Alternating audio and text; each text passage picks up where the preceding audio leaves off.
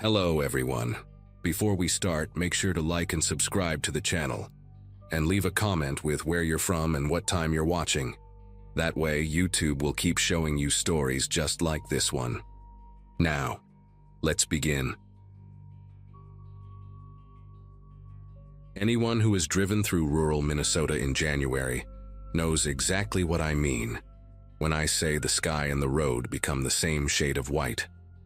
That particular Monday, I was heading back to Duluth after visiting my mother in Bemidji, a 3-hour drive I had made dozens of times since finishing nursing school 6 years earlier. My graduating class from 2018 used to joke about how we scattered across the state like seeds in the wind, and I ended up at St. Luke's Hospital working night shifts in the ICU. The forecast had mentioned light flurries, nothing that would stop someone who grew up learning to drive on icy back roads before she could legally vote. I left my mother's house around 4 in the afternoon, figuring I would beat the worst of it. Maybe grab dinner at that little diner outside of McGregor before the final stretch home. The Subaru Outback had good tires, a full tank, and I had driven through worse conditions more times than I could count. Looking at the pale gray clouds gathering on the horizon, I remember thinking this would be just another uneventful winter drive. By 5:30, I knew I had made a terrible mistake. The light flurries had transformed into something vicious, sheets of snow driving sideways across Highway 2 with a fury that made my windshield wipers completely useless. I was crawling along at maybe 20 miles per hour, both hands gripping the steering wheel so tight my knuckles ached, my headlights barely cutting through the wall of white in front of me. The road had emptied out completely in the past half hour, which should have been my first warning to pull over and wait it out. But the next town was supposedly only 15 miles ahead, and I convinced myself I could make it, that stopping on the shoulder in this visibility was more dangerous than pushing forward. That kind of logic sounds reasonable, until you feel your back tires lose traction on a patch of black ice hidden beneath fresh powder. The Subaru spun once, maybe twice, and then I was sliding sideways toward the ditch at the edge of the road. The impact with the snowbank jolted my entire body forward, and then everything went still, except for the howling wind rocking the car like it wanted to flip it over completely. I sat there for a long moment, just breathing, doing that quick mental inventory you do after an accident to make sure everything still works. Neck, spine, arms, legs, fingers, toes. Everything moved the way it should. The airbags had not deployed, which told me the impact was not as bad as it felt. But when I tried to reverse out of the snowbank, the wheels just spun uselessly against the ice beneath them.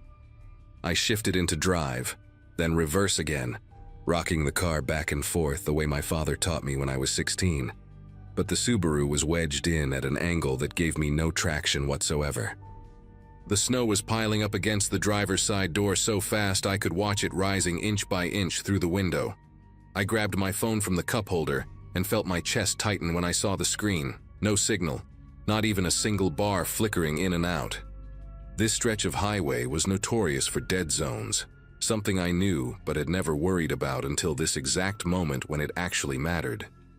The temperature inside the car was already dropping, and I could see my breath forming little clouds in front of my face. I kept the engine running for the heat, watching the fuel gauge and calculating how long I could stay warm before I had to start rationing. The wind was screaming now, gusts that shook the entire vehicle and sent snow swirling past the windows in hypnotic spirals. I tried my phone again, holding it up toward the ceiling, then toward each window, searching desperately for a signal that simply was not there. My plan was to wait until another car passed, flag them down, get a tow, or at least a ride to somewhere with cell service.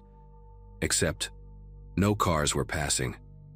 The road remained empty, swallowed by the storm, and every minute that ticked by made me feel more and more like I had slipped off the edge of the world into some frozen void where no one would ever find me.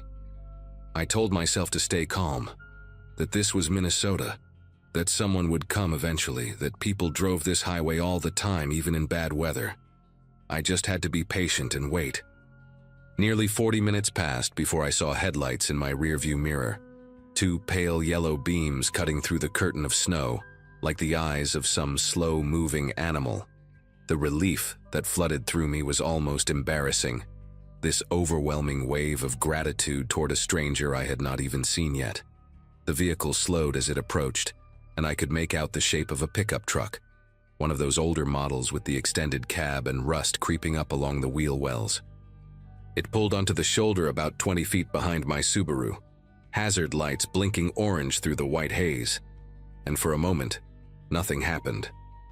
I watched in my mirror as the driver's side door opened, and a figure climbed out, hunched against the wind, wearing a heavy canvas jacket the color of dried mud and a hunting cap with the ear flaps pulled down. He walked toward my car with this unhurried pace that struck me as strange given the conditions, like he was strolling through a parking lot on a sunny afternoon instead of trudging through a blizzard on a deserted highway.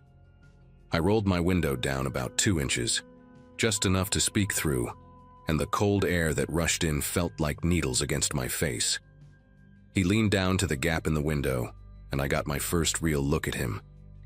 Mid-50s maybe, with a face that had clearly spent decades outdoors, deep creases around his eyes and a nose that looked like it had been broken at least once. His eyes were this washed-out blue, almost gray, and they moved across my face in a way that made me feel like I was being inventoried rather than looked at. He smiled, showing teeth that were slightly too small for his mouth, and said he had seen me slide off about a mile back, that he had turned around to come help.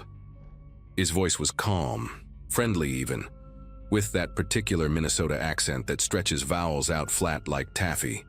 He said his name was Lyle, asked if I was hurt, asked if I had anyone coming. I told him I was fine, just stuck, that I had no cell signal, but I was sure someone else would come by soon. He nodded slowly at that, looking up and down the empty road, then back at me with those pale eyes. The wind was howling so loud I had to lean closer to the window gap to hear him when he said I should let him help me get out before the weather got worse. Before, he said, like this was not already the worst weather I had ever driven through in my life. I thanked him for stopping, but told him I would rather wait for a tow truck, that I had roadside assistance through my insurance, and someone would be along eventually. The words came out polite, measured, the way you talk to a patient's family member when you are trying to de-escalate without making things worse. Lyle straightened up and looked at my car for a long moment, then crouched back down to the window with that same small-toothed smile. He said there was no tow truck coming in this storm, that the county had already closed the highway about 10 miles east, that I was lucky he came along when he did. Something about the way he said lucky made my skin prickle beneath my coat. He reached for the door handle and pulled, gently at first, then with more force when he found it locked. His smile did not change, but his eyes did, something flickering behind them like a shadow passing across water. He asked me to unlock the door so he could help me out, said his truck had 4-wheel drive and chains on the tires, said he could take me somewhere safe and warm. I told him no thank you. I was fine, I would wait. My voice stayed steady, but my heart was beating so hard I could feel it pulsing in my throat. Lyle stood there for what felt like a full minute, just staring at me through that 2-inch gap in the window, the snow accumulating on his shoulders and the brim of his cap. Then he walked around to the back of my car, disappearing from view, and I twisted in my seat to try to see what he was doing through the rear window. The snow was too thick, the glass too fogged from my breath, and all I could make out was his dark shape moving near my back tire. I heard a sound, this sharp hissing noise that cut through the wind, and it took me a moment to understand what it was. He was letting the air out of my tire. I started honking the horn, long, desperate blasts that the storm swallowed almost immediately, and Lyle came back around to my window with something new in his expression. Not anger exactly, but a kind of patient disappointment, like a parent dealing with a stubborn child. He wedged his boot against the bottom of my door, right in the gap where it met the frame, and leaned close to the window. His breath fogged the glass as he told me that I had no choice but to accept his help now, that I was not going anywhere on a flat tire in a blizzard, that I was being foolish, and he was trying to save my life. The hissing continued from somewhere behind him, and I realized he must have moved to the other rear tire before coming back to the window. I kept hitting the horn, pressing it over and over, the sound pathetic and muffled against the roar of the storm.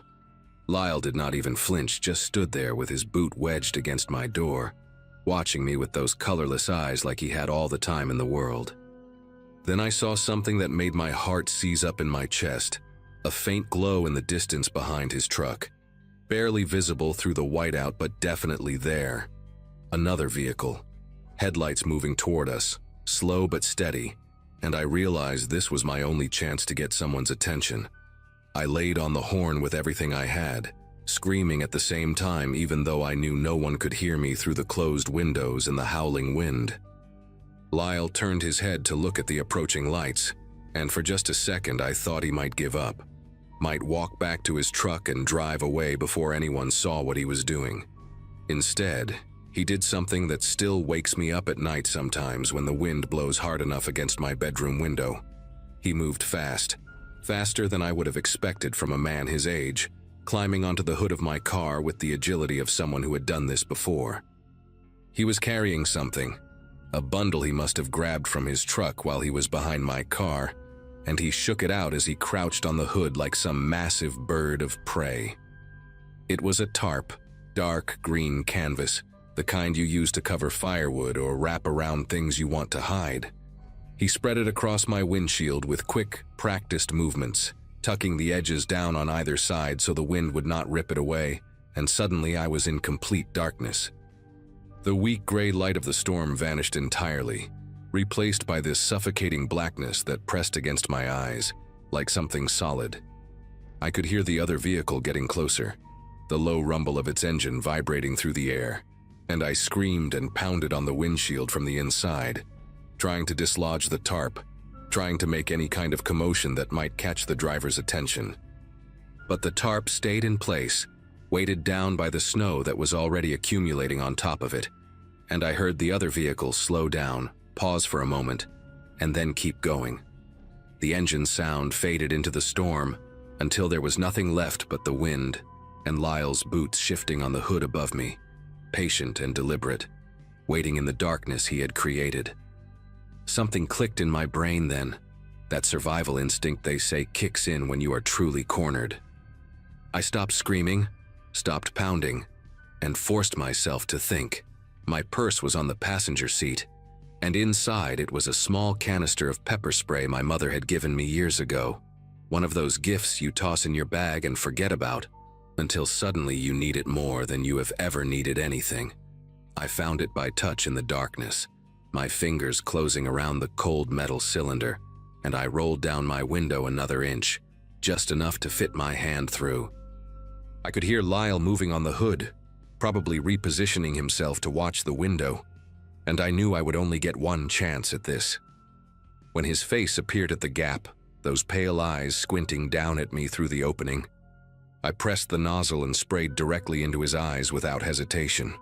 The sound he made was not quite human, this guttural shriek of pain and rage that cut through the storm like a blade. He fell backward off the hood, and I heard him hit the ground on the passenger side, cursing and coughing and clawing at his face. I did not wait to see if he could recover. I threw open my door against the snowbank, forcing it through the accumulation with strength I did not know I had, and I ran. The tarp was still covering my windshield, my tires were flat, and I had no phone signal, but none of that mattered anymore. I ran toward the direction the other car had gone, stumbling through knee-deep snow, the wind tearing at my coat and my hair and my face. Behind me I could hear Lyle screaming my way, calling me names, telling me I was going to freeze to death out here, that I needed him, that I was making a mistake. I kept running. About a quarter mile down the road I saw lights through the snow, not moving this time but stationary, and I realized there was a farmhouse set back from the highway that I had not noticed before. I made it to their door somehow, collapsed against it, pounded until an elderly woman opened it with a shotgun in her hands, and her husband already on the phone with the sheriff. They brought me inside, wrapped me in blankets, gave me hot coffee while I shook so hard I could barely hold the cup. The sheriff's deputy, who arrived 40 minutes later, told me they found my car exactly where I left it. Tarp still on the windshield, 2 flat tires, but no sign of Lyle or his pickup truck anywhere on that stretch of highway. That was January of 2023, almost 2 years ago now. The police never found him, never even confirmed that someone matching his description lived anywhere in the county. The elderly couple, Frank and Margie Olson, told me later that they had heard rumors over the years about a man in a brown pickup who would cruise that stretch of highway during bad storms, looking for stranded drivers. They thought it was just one of those rural legends people tell to scare teenagers into checking their tires before winter. I think about what would have happened if my mother had not given me that pepper spray, if I had not remembered it was in my purse, if I had unlocked that door when he first asked me to. I think about the other car that drove past while I was screaming in the darkness, how close help was, and how completely invisible I had become. I still drive that highway when I visit my mother, but only in daylight now, only when the forecast is clear, and I always tell someone exactly when I am leaving and exactly when I should arrive. Sometimes, when I pass that spot where my car went into the snowbank, I slow down and look at the tree line, half expecting to see an old pickup truck idling there among the pines, waiting for the next storm to roll in.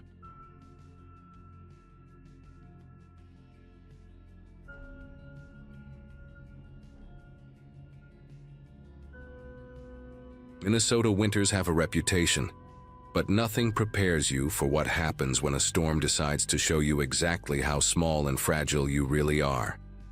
I learned that lesson on a Thursday in early December of 2022, somewhere along Highway 53 between Virginia and Eveleth, two towns most people have never heard of, unless they grew up in the Iron Range. At 26, I had been working as an HVAC technician for almost 2 years, driving my company truck across frozen stretches of rural highway to fix furnaces for people who lived so far from everything that the nearest grocery store was an hour away. The job paid decent, the solitude suited me, and I had grown comfortable with long drives through empty landscapes. That comfort almost killed me. The forecast had mentioned snow, maybe 6 to 8 inches, nothing unusual for that part of the state, but forecasts lie sometimes, and this one lied in a way that nearly cost me my life.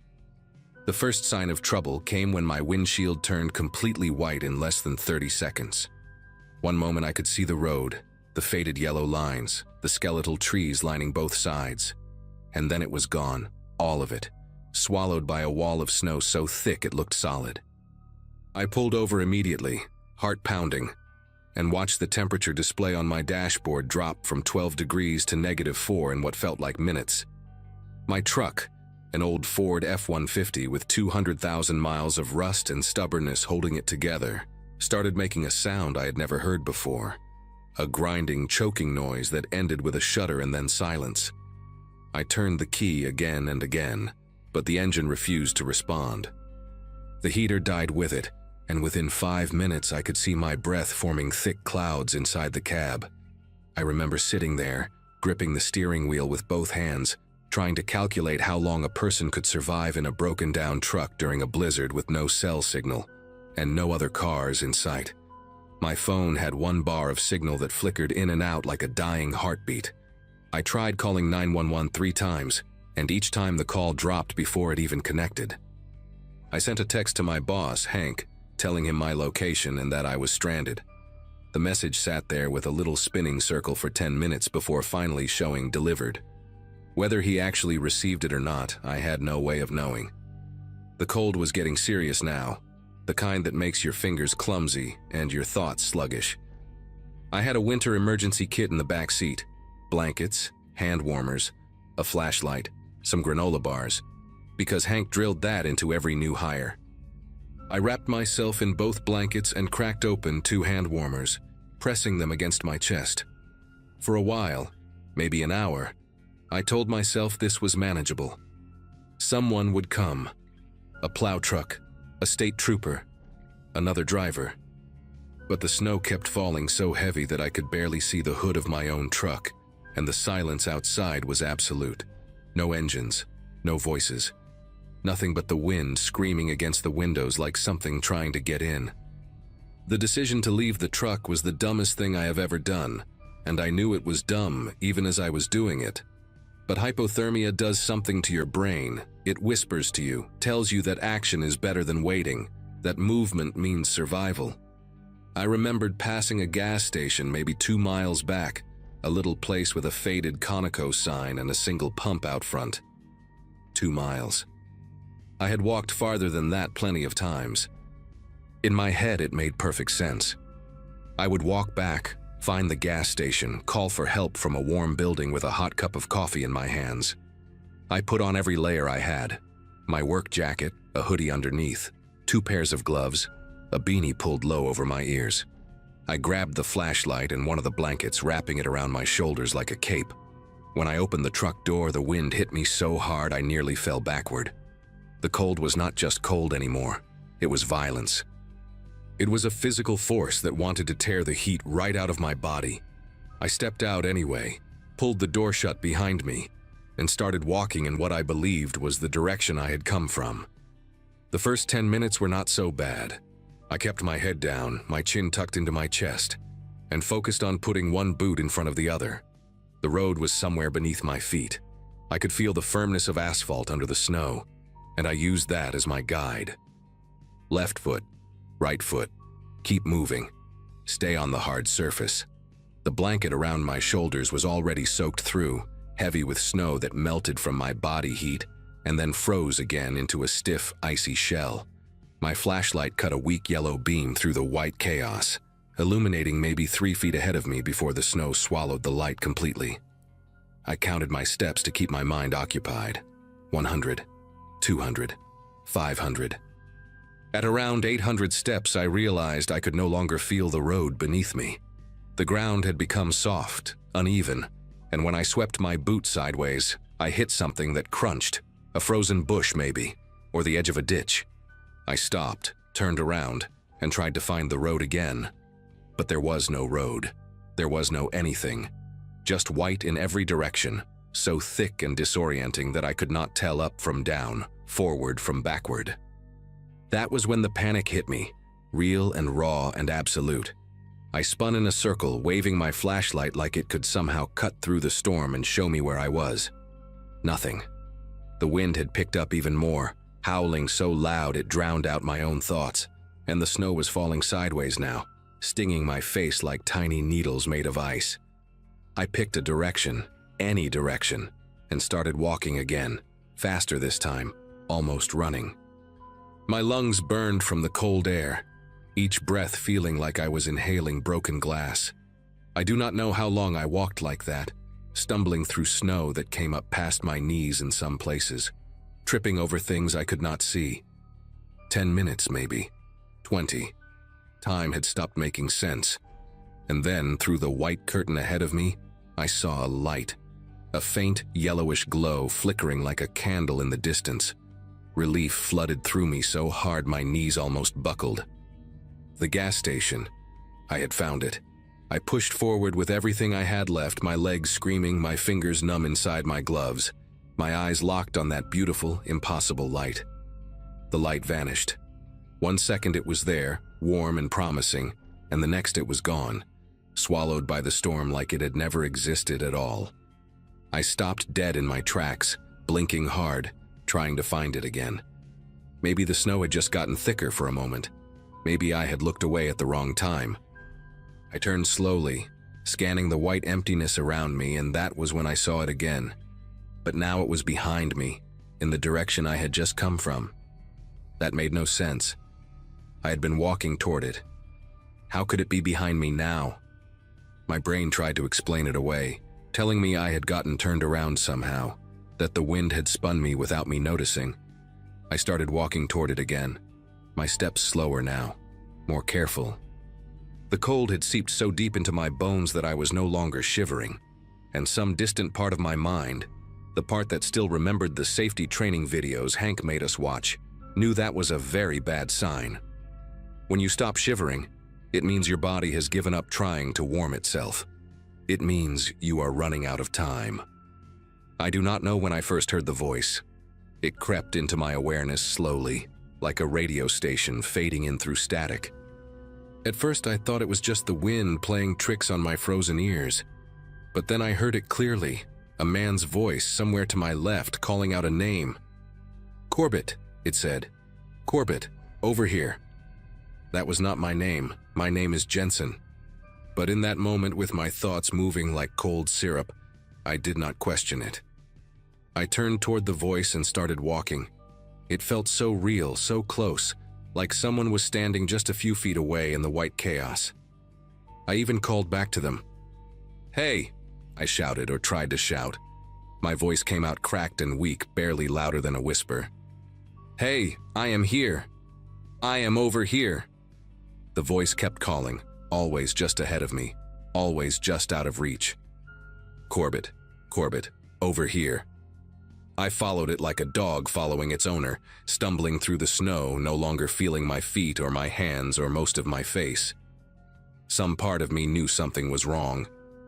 Some part of me was screaming that there was no one out there, that I was alone, that my brain was breaking down from the cold. But that voice was the only thing I had left to hold on to, and I could not let it go. The next part is hard to explain because it did not feel like it was happening to me. It felt like I was watching myself from somewhere outside my own body, floating a few feet above this stumbling, frozen man who used to be Jensen from Duluth. The voice had stopped calling for Corbett, and now it was talking directly to me, asking me questions, telling me things, having a full conversation like we were old friends catching up over beers. I answered it. I know I did because my throat was raw afterward, scraped dry from all the talking. I cannot remember most of what we discussed. Fragments come back to me sometimes, in dreams that jolt me awake covered in sweat. Something about my father, who died when I was 19. Something about a girl I dated in high school, Melissa Hartman, who I had not thought about in years. The voice knew things about me, personal things, and at the time that seemed perfectly normal. Of course it knew. Of course this stranger in the storm knew about the time I crashed my bike into a mailbox when I was 7, or the night I cried in my truck after my dad's funeral because I could not cry in front of my mom. It all made sense in the way that dreams make sense, logical until you wake up and realize none of it was real. At some point I got hot. That sounds insane given the circumstances, but I remember the heat washing over me like I had stepped into a sauna. My jacket felt suffocating. My hoodie underneath like a wool blanket wrapped too tight. I needed to get them off. I needed air on my skin. I fumbled with the zipper of my jacket, my fingers so clumsy they felt like they belonged to someone else, and I managed to pull it open. The relief was immediate, a rush of cool air against my chest that felt like heaven. I shrugged the jacket off my shoulders and let it fall into the snow behind me. The blanket was already gone. I had dropped it somewhere, sometime. I could not remember when. My hoodie came off next, and then I was standing in the blizzard in nothing but a thin flannel shirt, and I felt perfect. I felt warm and comfortable and sleepy, so incredibly sleepy. The voice was still there, quieter now, more soothing. It told me I had been walking for so long. It told me I deserved a rest. Just a minute, it said. Just sit down for 1 minute and catch your breath, and then you can keep going. That sounded reasonable. That sounded like exactly what I needed. I sat down in the snow. Or maybe I fell. The line between intention and accident had blurred into nothing by then. The ground was soft and cold, but the cold did not bother me anymore. Nothing bothered me. I lay back, looking up at the white sky, watching the snowflakes fall toward my face in slow motion. They landed on my cheeks, my forehead, my open eyes, and I did not blink. The voice was still talking, but I could not make out the words anymore. It had become a hum, a gentle lullaby wrapping around me like a warm blanket. I thought about my mom, how worried she would be when I did not come home. I thought about Hank, wondering if he ever got my text. I thought about the gas station with the faded Conoco sign, how close it had seemed, how sure I had been that I could make it. My eyes started to close. The white world around me faded to gray, then to black, and the last thing I remember thinking was how peaceful it all felt. No more walking, no more cold, no more anything, just sleep, endless and perfect, pulling me down into somewhere warm and dark and quiet. I woke up in a hospital in Virginia 3 days later with frostbite on 7 of my fingers and both of my ears. A nurse told me I was lucky to be alive, that the search and rescue team had found me less than 20 minutes after I collapsed, following my footprints from the truck. She said it like it was a simple thing, like tracing a straight line through the snow. But when I talked to the paramedic who found me, a guy named Gentry with kind eyes and a thick gray beard, he told me a different story. He said my footprints did not make any sense. He said I had walked in circles, big looping circles over and over again, carving patterns into the snow like I was performing some kind of ritual. He said they found my jacket and my hoodie scattered 30 feet apart, and the blanket even farther, like I had been shedding pieces of myself along the way. And he said, "This is the part that still keeps me up at night, that when they found me lying in the snow, my lips were moving. I was talking to someone who was not there, having a full conversation, gesturing with my frozen hands like I was making a point in an argument. He asked me who I was talking to. I told him I did not remember. That was a lie. I remember exactly who I was talking to. I just do not know how to explain that the voice sounded exactly like my father, dead for 7 years, telling me it was okay to rest, that he would stay with me until I fell asleep. The doctors told me I lost the tips of 2 fingers on my left hand, the pinky and the ring finger just above the first knuckle. My ears healed eventually, though the left one still gets numb in cold weather and probably always will. I spent 2 weeks in that hospital, most of it hooked up to machines that beeped every few seconds and drove me half crazy. My mom drove up from Iowa the day after they found me and did not leave my side until I was discharged. She cried a lot, which made me cry, which made her cry more.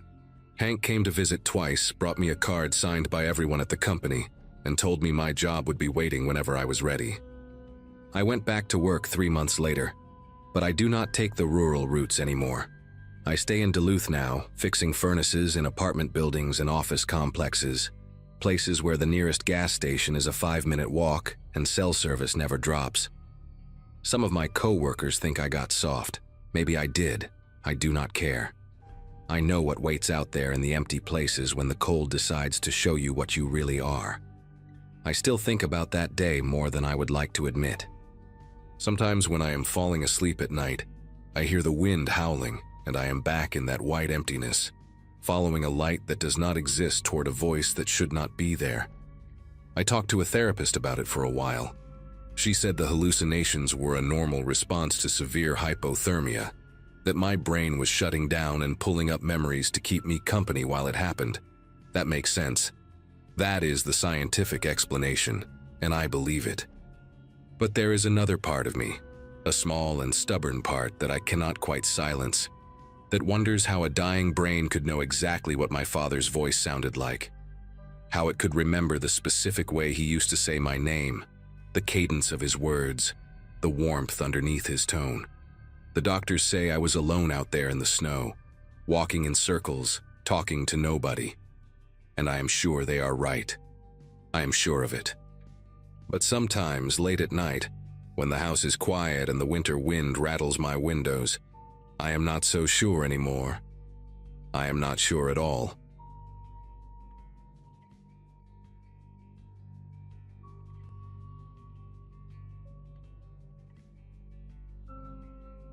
Nobody warns you about how quiet it gets when you're truly stuck. Not stuck in traffic, not stuck waiting for a tow truck in a parking lot, but stuck in the middle of nowhere with snow piling up around your car and no way to call anyone. I keep replaying that night in my head, trying to figure out what I could have done differently, and the answer is everything. My name is Heather, and I turned 34 last spring, which means I've been driving Michigan winters for almost 2 decades. I'm not careless, I'm not reckless, and I've never been the type to ignore a weather warning. But on that Saturday in January, I made one stupid decision after another, and by the time I realized how badly I'd messed up, it was way too late to fix any of it. I was coming back from my cousin's wedding in Traverse City, a 2.5-hour drive that should have been simple, and all I wanted was to sleep in my own bed instead of paying another $150 for a hotel room. The drive started fine. Highway 131 was clear for the first hour. just wet pavement and the occasional gust of wind rocking my Chevy Equinox. I'd checked the radar obsessively before leaving, and there was supposed to be a window of calm weather until around 10. The snow started earlier than predicted, right around 8:30, and within 20 minutes it went from light flurries to a full whiteout. I slowed down, turned my high beams off because they were just reflecting back at me, and tried to stay calm. When my GPS announced a faster route to avoid an accident on the highway, I took the exit without really thinking about it. The app said I'd save almost 30 minutes, and at that point I just wanted to get home as fast as possible. The road it sent me down looked fine at first, recently plowed, lined with pine trees heavy with snow. I didn't notice when the pavement turned to gravel, or when the tire tracks I was following got shallower and shallower until they disappeared completely. The GPS kept telling me to continue straight, so I did. The road narrowed, and the snow was deeper here, untouched by any plow. My Equinox handled it okay at first, the four-wheel drive doing its job, but I was going maybe 15 miles an hour and my knuckles were white on the steering wheel. I remember thinking I should turn around, but there was nowhere to do it safely. The road was barely wide enough for one car, with steep ditches on both sides hidden under the snow. I told myself I'd find a driveway or a wider spot ahead, somewhere I could do a 3-point turn and get back to the highway. The GPS said I only had 11 miles left on this road before it connected to another county route. 11 miles. That's nothing. I could do 11 miles. I kept repeating that to myself like a prayer while the wind howled and the snow flew sideways across my headlights. I never saw the curve. 1 second I was crawling forward, squinting through the windshield, and the next my front tires hit something under the snow, maybe a rock or a frozen rut, and the car jerked hard to the right. I overcorrected, felt the back end swing out, and then I was sliding. It happened so fast that I didn't even have time to scream. The Equinox went off the road and down into what I later realized was a shallow ravine, maybe 6 or 7 feet deep. The impact wasn't violent, more like sinking into a snowbank, but when I tried to reverse, the wheels just spun uselessly. I put it in drive, tried rocking back and forth, but I was stuck. Completely, hopelessly stuck. I sat there for a full minute just breathing, my heart pounding so hard I could feel it in my throat. Then I grabbed my phone to call for help and saw the 2 words that changed everything. No service. I tried moving the phone around, holding it up to the window, even cracking the door open and sticking my arm out into the freezing air. Nothing. Not a single bar. I was somewhere in the middle of rural Michigan on an unmaintained service road that probably hadn't seen traffic in weeks, and nobody knew where I was. I'd texted my roommate before leaving Traverse City to say I was on my way, but I hadn't mentioned the detour. My gas tank was at a quarter full, maybe enough to run the heat for a few hours if I was careful. The temperature outside was dropping fast, and the wind was making it feel even colder. I turned off the engine to conserve fuel and sat in the darkness, listening to the storm rage around me. The car creaked and groaned as gusts of wind battered it from all sides. Snow was already starting to pile up against the driver's side door. I checked the time on my phone. 9:47. It was going to be a long night. For the next hour, I cycled the engine on and off, running the heat for 10 minutes, then turning it off for 20. I rationed my water bottle and ate the granola bar I'd stuffed in my purse at the wedding reception. I kept checking my phone obsessively, hoping for even 1 bar of signal, but there was nothing.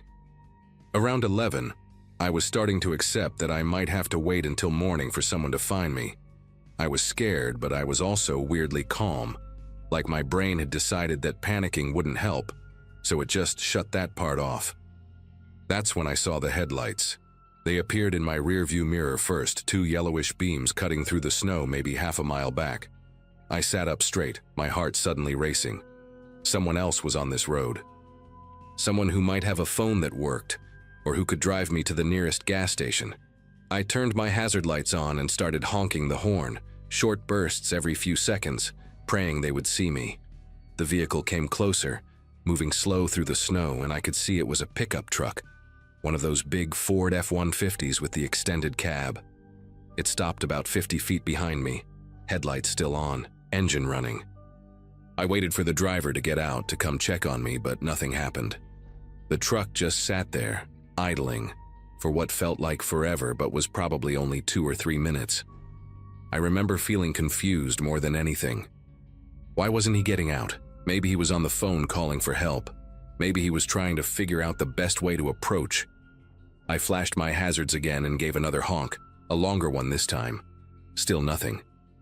Then, slowly, the truck started moving again.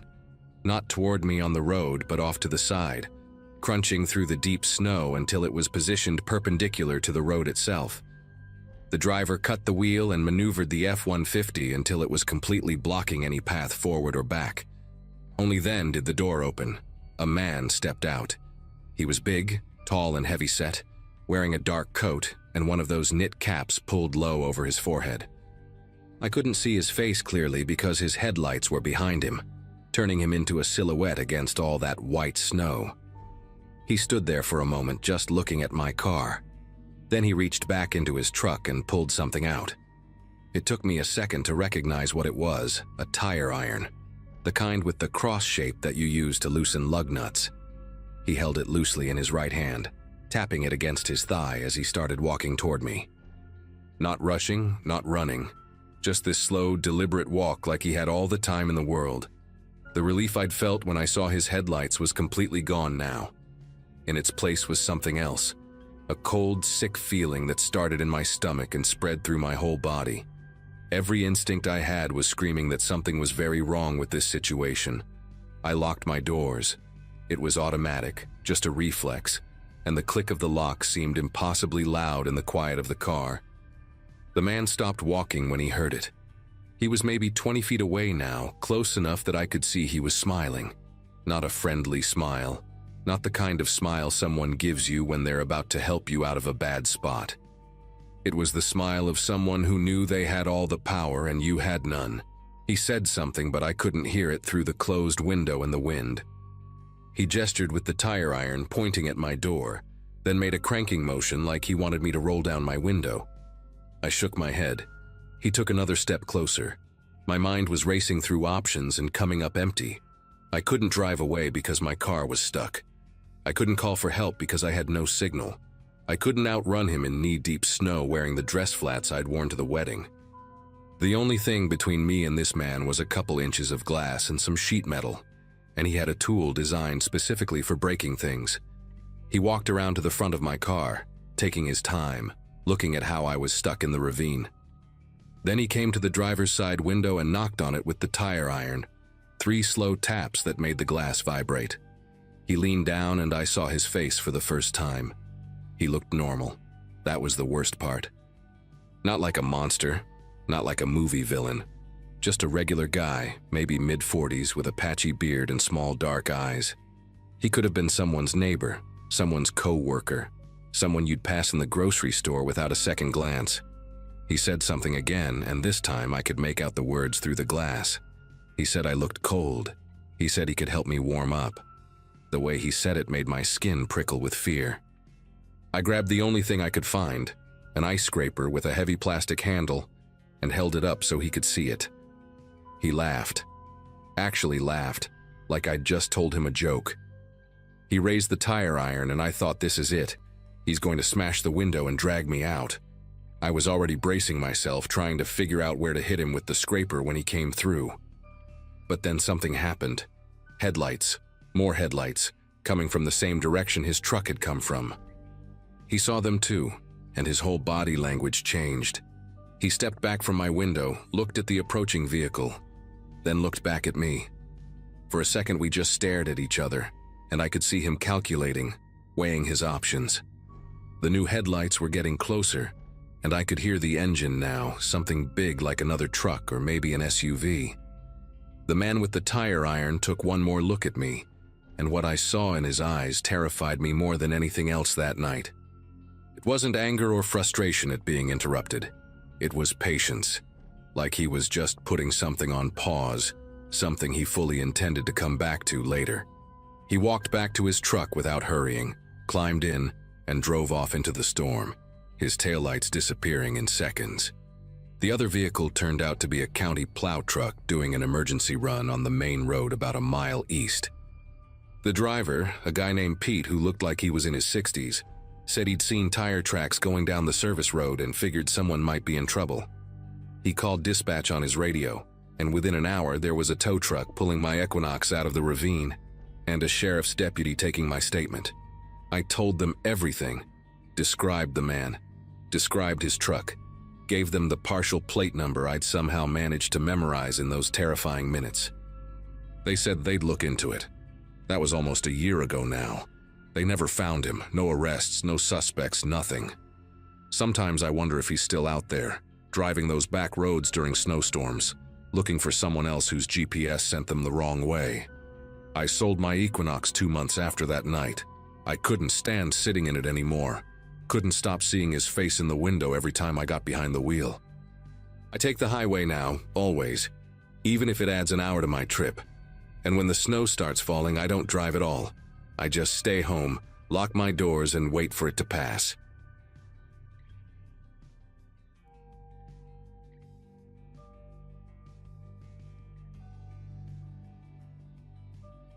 February in northern Wisconsin had always been unforgiving, but I had no idea what was waiting for me on that Saturday night in 2024.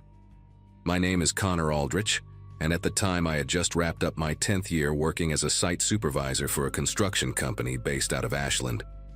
My wife had left 3 days earlier to visit her sister in Milwaukee, taking our dog with her, which meant I had the house to myself when the blizzard warning started rolling in. Our place sat about 2 miles outside the main town, a modest ranch-style home my grandfather built in the 60s, surrounded by nothing but white pine and silence. The forecast called for 18 inches minimum, with winds gusting up to 50 miles per hour. By late afternoon, I had already stocked up on firewood, filled the bathtub with water in case the pipes froze, and resigned myself to a weekend of bad television and canned soup. The snow began falling around 4 in the afternoon, gentle at first, almost peaceful, before transforming into something violent and horizontal by nightfall. By 9 that evening, I could barely see the outline of my own mailbox from the living room window, and that mailbox stood maybe 30 feet from the house. The wind screamed through the trees with a sound like freight trains, and every few minutes I heard branches cracking somewhere in the darkness, snapping under the weight of ice and snow. I had the fireplace going strong, a Packers game playing on low volume, and a half-finished beer warming in my hand. The power had flickered twice already but held steady, which felt like a small miracle given how the storm was raging outside. My phone showed no service, not unusual out here during bad weather, when the cell towers got overwhelmed or damaged. I remember feeling grateful that I had nowhere to be, no reason to venture out into that white chaos. The isolation felt comfortable, even cozy, the way it does when you know you are safe inside while nature throws its worst tantrum just beyond your walls. That sense of safety would not last much longer. The pounding started around 10:15. Not a knock, pounding. 3 heavy strikes against the front door that cut straight through the noise of the storm and made me jump hard enough to spill beer down my shirt. My first thought was that a branch had blown against the house, maybe slammed into the doorframe with the wind. But then it came again, deliberate and rhythmic, and I heard voices. Muffled, barely audible over the howling gusts, but definitely human voices calling out from my front porch. I muted the television and stood there in the sudden silence of my living room, heart beating fast, trying to make sense of what I was hearing. Nobody should have been out in that storm. The roads had been closed since 7. The county sheriff had announced it on the radio, and my driveway alone was a 1/4 mile of unplowed gravel that would have buried any normal vehicle up to its axles. I grabbed the baseball bat I kept by the coat closet, an old Louisville Slugger from my high school days, and approached the door slowly, keeping to the side of the window. Through the frosted glass panel beside the door, I could make out 2 figures standing on my porch, bundled in dark clothing with bright strips of reflective material on their shoulders and chests. One of them leaned close to the door and shouted something I could not quite hear, then pounded again. 3 more strikes that rattled the door in its frame. I flipped on the porch light, which barely cut through the swirling white chaos outside, and called out asking who was there. A man's voice came back, loud and insistent, identifying himself as emergency services and saying I needed to evacuate immediately. He said something about structural collapse risks, that the county had issued mandatory evacuations for this area, that I needed to come with them right now. The woman beside him nodded vigorously, her face half hidden behind a scarf, and pointed toward the darkness behind them where I assumed their vehicle must have been parked. Something about the whole scene made the hair on my arms stand straight up, though I could not have told you exactly why in that moment. I asked them to hold up their identification to the window, and the man complied, pressing a laminated badge against the glass. The porch light caught it just enough for me to read the words, Bayfield County Emergency Management, printed across the top with a photo and a name I could not quite make out. It looked official at first glance, but something was wrong. The badge had no hologram, no embossed seal, nothing that matched the credentials I had seen on actual county workers who came through our construction sites for inspections. The photo seemed slightly off-center, printed on regular paper and slipped into a plastic sleeve you could buy at any office supply store. I looked past him toward where their vehicle should have been, and saw only a dark shape maybe 50 feet back. No flashing lights, no emergency markings, just what looked like a regular pickup truck with the headlights off. Real rescue teams would have arrived in marked vehicles with strobes blazing, especially in conditions this bad.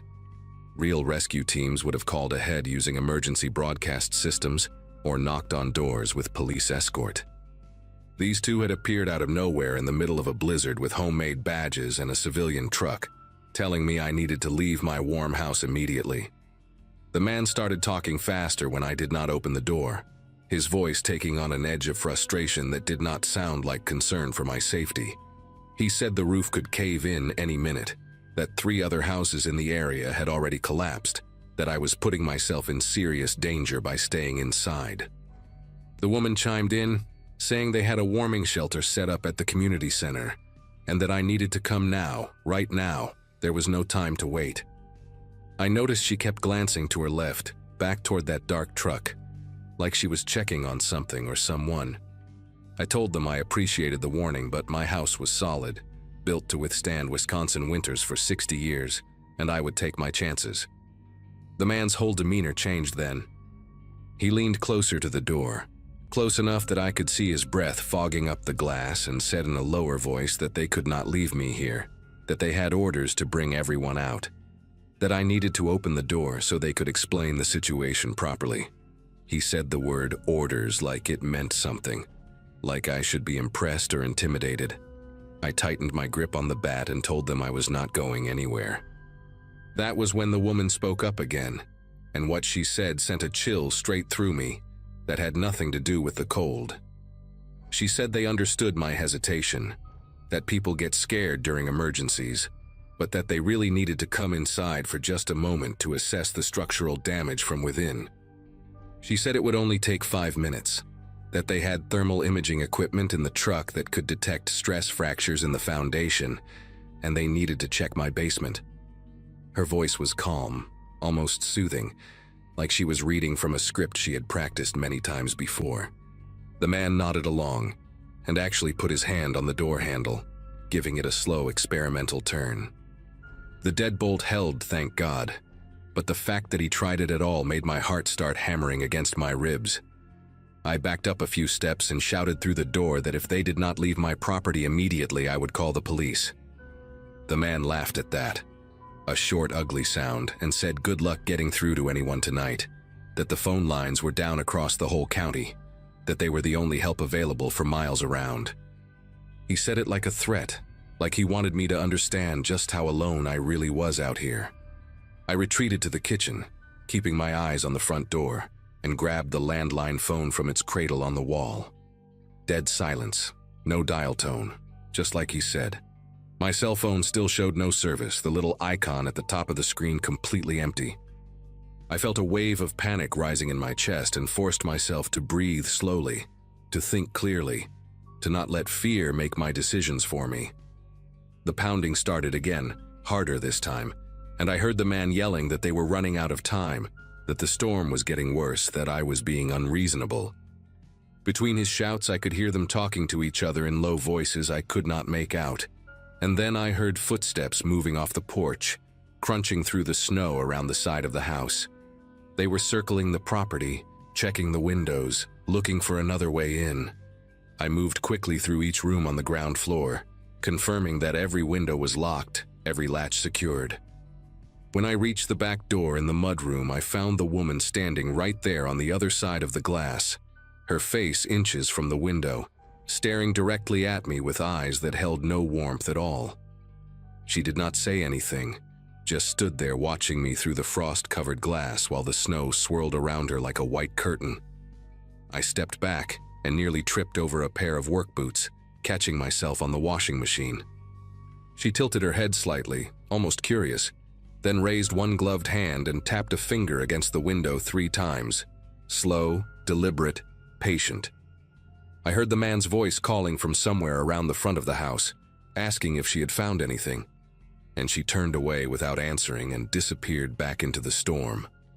My hands were trembling as I checked the lock on the mudroom door, confirmed it was secure, then dragged a heavy wooden bench in front of it for good measure.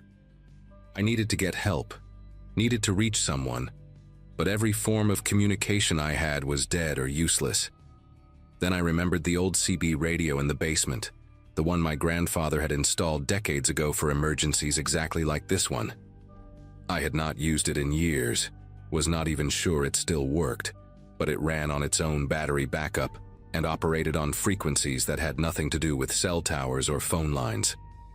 I grabbed a flashlight from the kitchen drawer and descended the basement stairs as quietly as I could, wincing at every creak of the old wooden steps.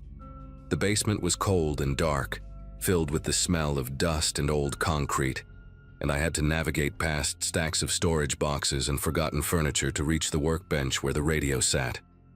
The unit looked ancient, all brown plastic and silver dials, but when I flipped the power switch, a small red light blinked on, and I nearly cried with relief. I picked up the handset and started cycling through channels, calling out for anyone who could hear me, identifying myself and my address and saying I had intruders on my property, pretending to be emergency services. Static answered me on the first 3 channels, then the 4th, then the 5th. On channel 9, I finally heard a voice crackle through, a woman asking me to repeat my location. I gave her my address again and explained the situation as quickly as I could. 2 people claiming to be county emergency workers, fake badges, no marked vehicle, trying to force their way into my home. There was a pause, then the woman said she was patching me through to the Bayfield County Emergency Dispatch. After what felt like an eternity, a man's voice came on the line and asked me to describe what was happening. When I finished, he was quiet for a long moment before speaking again. He said no evacuation teams had been dispatched anywhere in the county tonight. He said all emergency personnel were grounded due to the severity of the storm. He said whoever was outside my house, they were not with any government agency he knew of. The dispatcher told me to stay on the line, to keep the doors locked, and that he would try to get a sheriff's deputy to my location as soon as the roads allowed. But that could be hours, maybe longer, depending on the storm. He asked if I had any weapons in the house, and I told him about the bat and the hunting rifle my father left me, still locked in a cabinet upstairs. He said to get the rifle, load it, and make it clear to anyone trying to enter that I was armed and prepared to defend myself. His voice was steady, but I could hear the urgency underneath, the understanding that I was on my own for now, and that the situation was serious. I thanked him and set the handset down on the workbench, leaving the channel open, then made my way back upstairs as quietly as I could. The house was darker now. The power had finally gone out while I was in the basement, and I had to navigate by flashlight through rooms that suddenly felt unfamiliar and hostile. I retrieved the rifle from the upstairs closet, loaded it with hands that refused to stay steady, and crept back down to the living room. Through the front window, I could see both figures standing in my driveway now, conferring with each other near their truck, their silhouettes barely visible through the driving snow.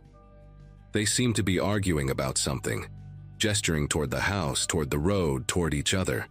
I made a decision then that might have been stupid, but felt necessary. I switched on the porch light, unlocked the front door, and opened it just wide enough to show myself standing there with the rifle raised and pointed directly at them. I shouted over the wind that I had contacted the county sheriff, that deputies were on their way, and that if they set foot on my property again, I would shoot them where they stood. The man took a step toward me, and I chambered around with a sound that cut through the storm like a thunderclap. He stopped. The woman grabbed his arm and pulled him back, saying something I could not hear, and for a long moment nobody moved. Then, without another word, they both turned and walked back to their truck. The engine started, the headlights flicked on, and they backed slowly down my driveway until the taillights disappeared into the white void of the blizzard. I stood there in the doorway for another 5 minutes, rifle still raised, watching the empty space where they had been, before finally stepping back inside and locking the door behind me. My whole body was shaking, not from cold, but from the adrenaline that had no place left to go. The sheriff's deputy did not arrive until almost 6 in the morning, after the worst of the storm had passed and the plows had managed to clear the main roads. His name was Russell Engel, a broad-shouldered man in his 50s with a gray mustache and tired eyes that suggested he had been dealing with emergencies all night. I showed him the footprints around my house, though the snow had filled most of them in, and described everything that had happened in as much detail as I could remember. He took notes without interrupting, nodding occasionally, his expression growing darker as the story went on. When I finished, he told me I was not the first call he had received that night. 2 other homes in isolated parts of the county had reported similar encounters.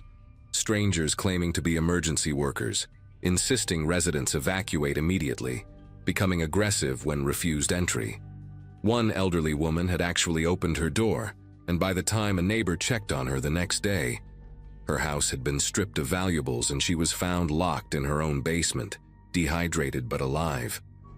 Deputy Engel said they were working with state police to identify the suspects, that the fake badges and the pickup truck matched descriptions from the other incidents, but so far no arrests had been made. He gave me his card and told me to call if I remembered anything else or if the strangers came back. They never did come back, at least not to my house. 6 weeks later, I read in the local paper that 2 people had been arrested in connection with a string of burglaries targeting rural homes during severe weather events. Their method was always the same: wait for a major storm, cut phone lines if possible, show up in fake emergency gear, and convince people to leave their homes unprotected. If the residents refused, they would move on to easier targets, but sometimes they got more aggressive. The article did not show their faces, but it mentioned a man and a woman in their late 30s, both with prior convictions for theft and fraud.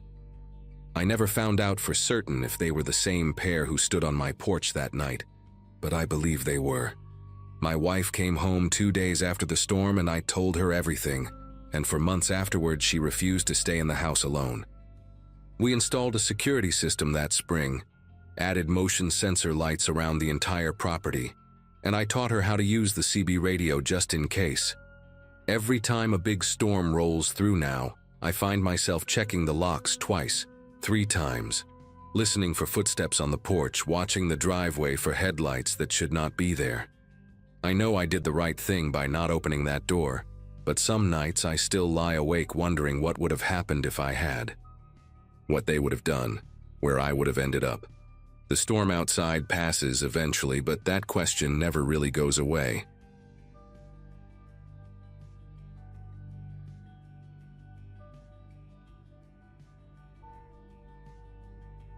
My grandmother left me 40 acres of farmland outside of Bozeman, Montana, when she passed in the spring of 2017. At 26, inheriting a farmhouse seemed like a better deal than paying rent in Portland, where I had lived since graduating college. Most of my friends thought I had lost my mind, moving alone to a place where the nearest neighbor was 3 miles down a dirt road, and the closest grocery store required a 40-minute drive. But something about the silence called to me, the way darkness actually meant darkness out there, not the orange glow of streetlights bleeding through curtains. I had been on the property for about 8 months when winter arrived in full force, and I believed I understood what isolation truly meant. I was wrong about that. You do not understand isolation until a blizzard erases every familiar landmark, until the road vanishes and the fences disappear, and your farmhouse becomes the only thing that exists in an endless white void. That morning, the weather radio had been spitting warnings about an incoming storm system since before dawn. By noon, snow fell in thick curtains that cut visibility down to maybe 20 feet. I had done everything right. Stocked the pantry with canned goods, filled the generator with fuel, brought extra firewood inside, charged my phone to full.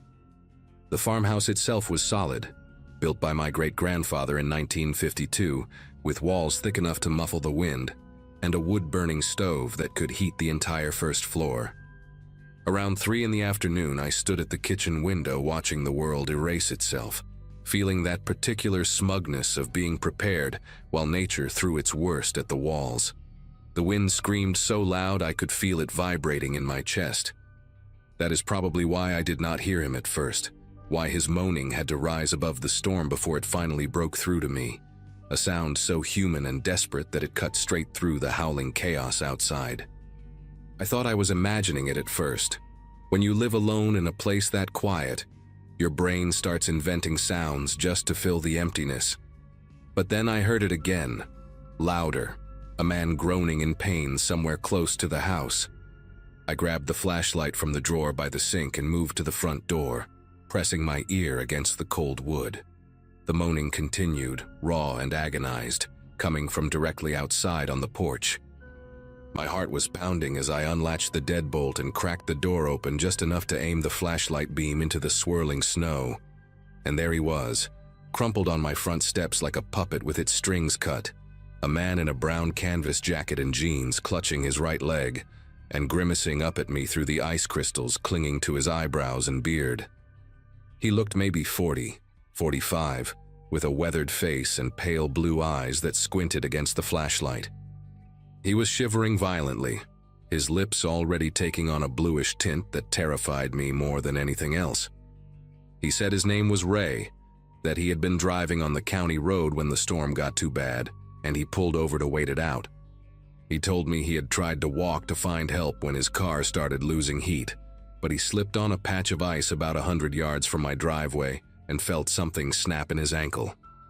He had crawled the rest of the way, he said, following the faint glow of my porch light through the blizzard. His voice came out in stuttering gasps between shivers, and even though something in the back of my mind whispered that I should be careful, I could not leave a man to freeze to death on my doorstep. I grabbed him under the arms and dragged him into the mudroom, his injured leg trailing behind him as he cried out in pain. The cold that came in with him was savage, biting at my exposed skin, and I slammed the door shut against the storm with my shoulder while he lay on the floor, groaning and thanking me over and over. I called 911 immediately, my fingers clumsy on the phone screen. The dispatcher told me what I already knew, that the roads were impassable and emergency services were stretched thin across the county. She said they would send someone as soon as conditions allowed, but that could be hours, maybe longer. She asked me to keep him warm, elevate the injured leg, watch for signs of severe frostbite. When I hung up, Ray was watching me from the mudroom floor with those pale blue eyes, and he smiled in a way that was probably meant to be grateful, but came across as something else, something I could not quite name. I helped him hop into the living room, his arm slung over my shoulder, his weight pressing against me as he winced with every movement. I got him settled on the couch near the wood stove, wrapped him in the heavy wool blanket my grandmother had kept draped over the armchair, and went to the kitchen to make coffee. That was when I noticed the first thing that did not add up. From the kitchen window, I could see the side of the porch and part of the front yard, visibility slightly better now that the wind had shifted direction. I looked at the spot where Ray claimed he had crawled up the steps, expecting to see some kind of trail, a disturbed path in the snow, marks from his hands and knees. But the snow on the steps looked smooth, almost untouched except for the mess we had made dragging him inside. I told myself the storm must have covered his tracks in the minutes between his arrival and when I looked, but the math did not work. He had been moaning outside for at least a couple of minutes before I opened the door, and the steps were sheltered under the porch overhang. The snow there should not have accumulated that fast. I stared at the pristine white surface and felt a cold knot forming in my stomach that had nothing to do with the temperature outside. I brought him the coffee and sat in the armchair across from the couch, watching him wrap his hands around the mug. He drank slowly, his eyes moving around the room in a way that felt too deliberate, too calculating, lingering on the doorways and windows before settling back on me. He asked how long I had lived here alone, and I lied without thinking, told him my boyfriend was upstairs sleeping off a cold. Ray nodded, but something flickered in his expression, a tiny shift that told me he did not believe a word of it. He asked if the upstairs bedrooms had locks on the doors, said he was just wondering because he did not want to impose, wanted to make sure I felt safe with a stranger in the house. The question landed wrong, too specific, too focused on security. I told him the bedroom doors were old, that none of them locked properly anymore, which was the truth but felt like a mistake the moment it left my mouth. He nodded again, slower this time, and took another sip of his coffee. His ankle, the one he said was broken, rested on the cushion I had propped up for him, but I realized I had not actually seen any swelling, any bruising, nothing but his word that it was injured at all. I excused myself to check on the generator, which was a lie, but I needed to get away from him for a minute to think. The generator was in the mudroom, and I stood there pretending to examine it while my mind raced through everything that had happened. His story about the car on the county road, but I had not heard any engine, had not seen any headlights through the storm before he appeared. The missing crawl marks on the porch steps. The way he asked about locks, about which rooms secured from the inside. I pulled out my phone and dialed 911 again, keeping my voice low. The same dispatcher answered, and I asked her, trying to sound casual, if anyone had reported an abandoned vehicle on the county road near my address. She checked and told me no, nothing had been called in, no stranded motorists in my area at all. I thanked her and said I would call back if I needed anything, then hung up and pressed my back against the mudroom wall, my breath coming shallow and fast.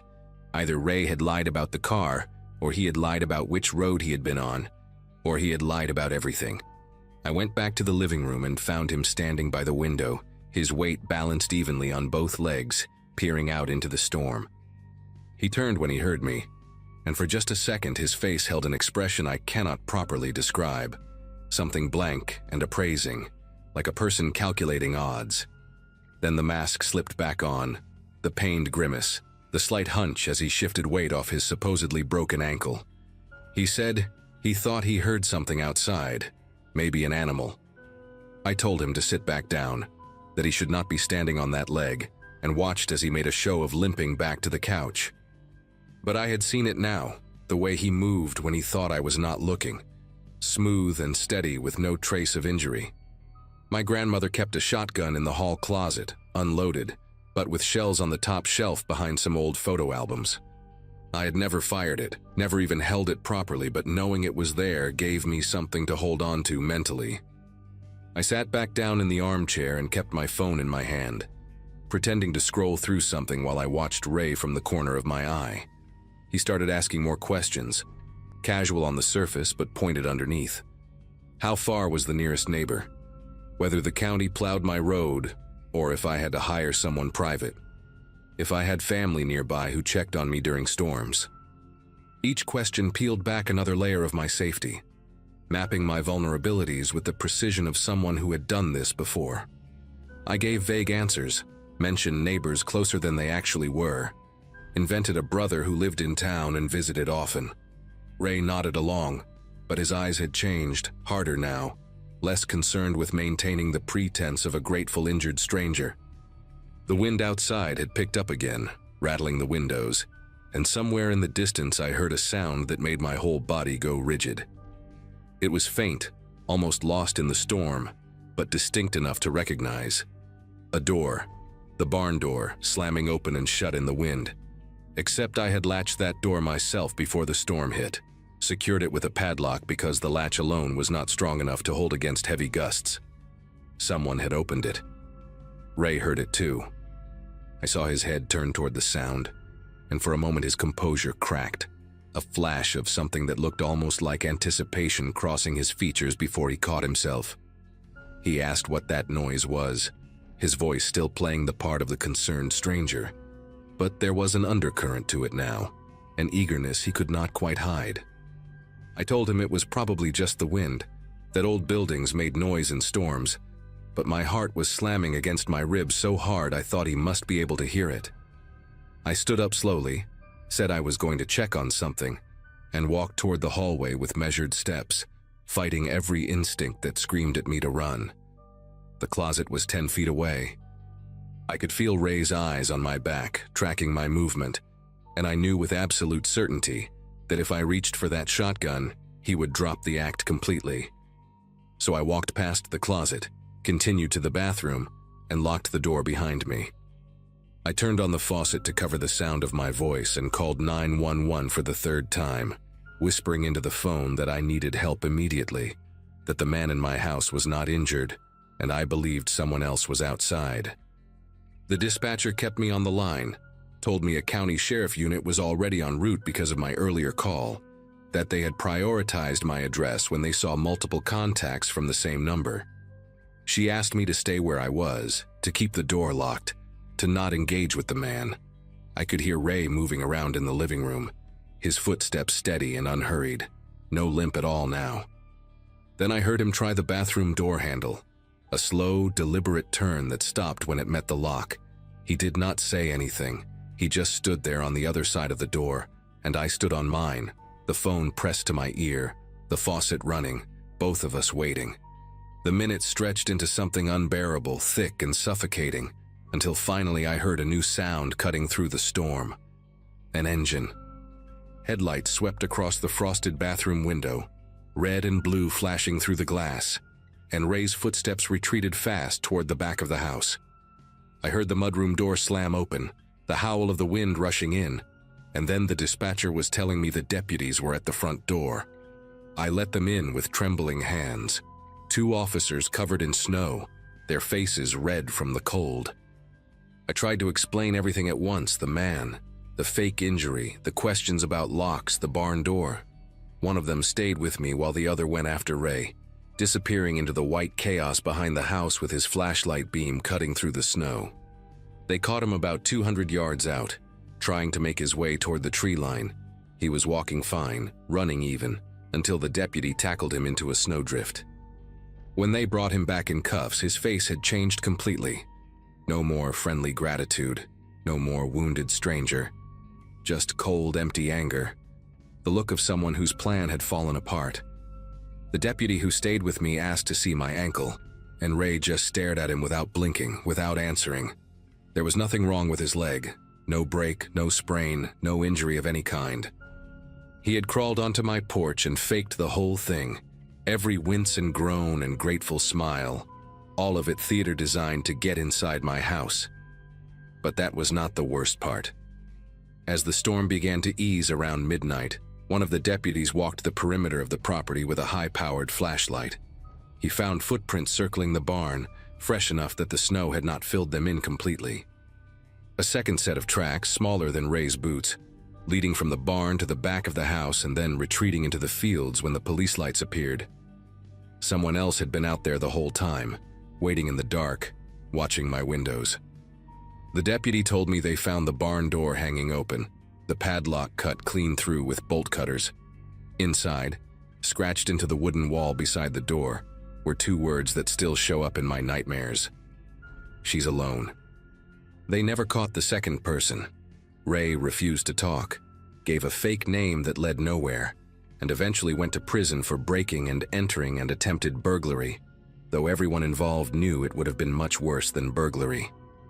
I sold the farm 3 months later, moved back to Portland, and spent the next year sleeping with every light on and a chair wedged under my bedroom door.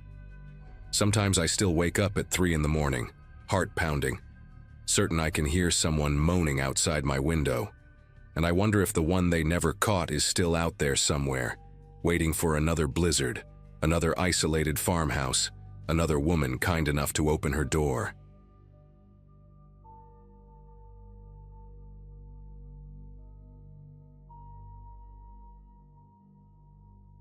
Fights with my stepdad never ended well, but that night was different. He had been drinking since 4 in the afternoon, and when he started in on how I was wasting my life working at a warehouse instead of going to college, I lost it. Words were said, a lamp got knocked over, and my mom just stood there crying instead of telling him to stop. I turned 26 in November, old enough to know better than walking out into a snowstorm, but young enough to still make that exact stupid decision. February in upstate New York does not care about your feelings, and the snow had been falling sideways since lunch. I grabbed my coat off the hook, shoved my feet into my old sneakers, and slammed the door behind me. Town was only 2 miles down Garrison Road. I figured I would make it to the diner, get some coffee, and call my buddy Ray to pick me up once I calmed down. 15 minutes into that walk, I knew I had made a serious mistake. The plows had stopped running hours ago, and the snow was already up past my ankles, soaking through my jeans and freezing against my skin. I could not feel my toes anymore, and my fingers were going numb even shoved deep in my pockets. The streetlights along the road were completely dark, probably from downed power lines somewhere up the hill. I had not seen a single car, not one set of headlights, since I left the house. Everything was white and gray and silent except for the wind cutting through my coat. I kept telling myself the Sunoco station near the old bridge was maybe half a mile ahead, that I could warm up there and figure out my next move. That is when I heard it behind me, an engine rumbling low and slow, tires grinding through the snow at a pace that matched my walking exactly. I glanced back and saw headlights cutting through the snow, maybe 30 feet behind me. A pickup truck, dark-colored, moving at a crawl. My first thought was relief, maybe someone who could give me a ride into town. But the truck did not speed up or slow down, just kept that same creeping pace like it was following me on purpose. I turned back around and walked a little faster, and I swear the engine revved just slightly to keep up. My heart started pounding in a way that had nothing to do with the cold. I told myself I was being paranoid, that whoever it was probably just could not see well in the storm and was being careful. But something in my gut said otherwise. The truck stayed right there, not passing me, not honking, not doing anything a normal person would do, just following. After about 2 minutes of this, the horn gave a short honk and the truck pulled up beside me, passenger window rolling down with a mechanical whine. The driver leaned over toward the open window, and I got my first look at him. He was maybe 50, heavy-set, with a thick gray beard and a camouflage hunting cap pulled low on his forehead. The cab light was on, and I could see fast food wrappers on the dashboard and a bunch of stuff piled on the back seat. He smiled at me, but it was the kind of smile that did not reach his eyes, like he was performing friendliness instead of feeling it. He asked me what the hell I was doing out here in this weather, said I was going to freeze to death if I kept walking. His voice was calm, almost too calm, like he had rehearsed this. I told him I was fine, that town was not far. He shook his head and said the roads ahead were completely blocked, that I would never make it on foot. He told me to get in, that he would take me wherever I needed to go. The windshield wipers were slapping back and forth, and the heat pouring out of that open window felt incredible against my frozen face. Part of me wanted to climb in so badly just to get warm. I made the decision that I still regret to this day. I walked around the front of the truck, headlights blinding me for a second, and climbed into the passenger seat. The heat inside was almost painful against my frozen skin, and I pressed my hands against the vents like they were the only things keeping me alive. The man said his name was Chet, and he asked me mine. I told him, and he repeated it back to me slowly, like he was tasting it. He put the truck in drive and started moving, and I told him I just needed to get to the main strip in town, that the diner would be fine. He nodded and said, sure, no problem. But then he turned left at the next intersection instead of going straight. I knew these roads my whole life, and left took you away from town, deeper into the farmland and woods that stretched for miles. I asked him where he was going, trying to keep my voice steady. He said the main road was blocked by a jackknifed semi, that he knew a back way. I had no way to know if that was true or not, but my phone had no signal, and the storm was getting worse by the second. Chet started asking me questions, and at first they seemed normal enough. Where did I live? What did I do for work? Was I married? I answered with short responses, watching the road and trying to figure out where we were. But then the questions got stranger. He asked if I lived alone, if anyone knew I was out walking tonight. He asked if my family would be worried about me, and when I said yes, he got quiet for a long moment before saying, "That was good, that family should worry about each other." The way he said it made my skin prickle even in that hot cab. I noticed he kept glancing at me instead of the road, these quick sideways looks like he was studying me. The truck was moving slow because of the snow, maybe 20 miles an hour, and I realized I had no idea how long we had been driving. 10 minutes, maybe 15. We should have hit some landmark by now, some house or barn or crossroad I recognized. But everything outside was just white darkness and trees I had never seen before. I tried to stay calm and think. My door was unlocked. I had checked that when I got in, but jumping out of a moving vehicle in a blizzard with no idea where I was seemed like trading one death for another.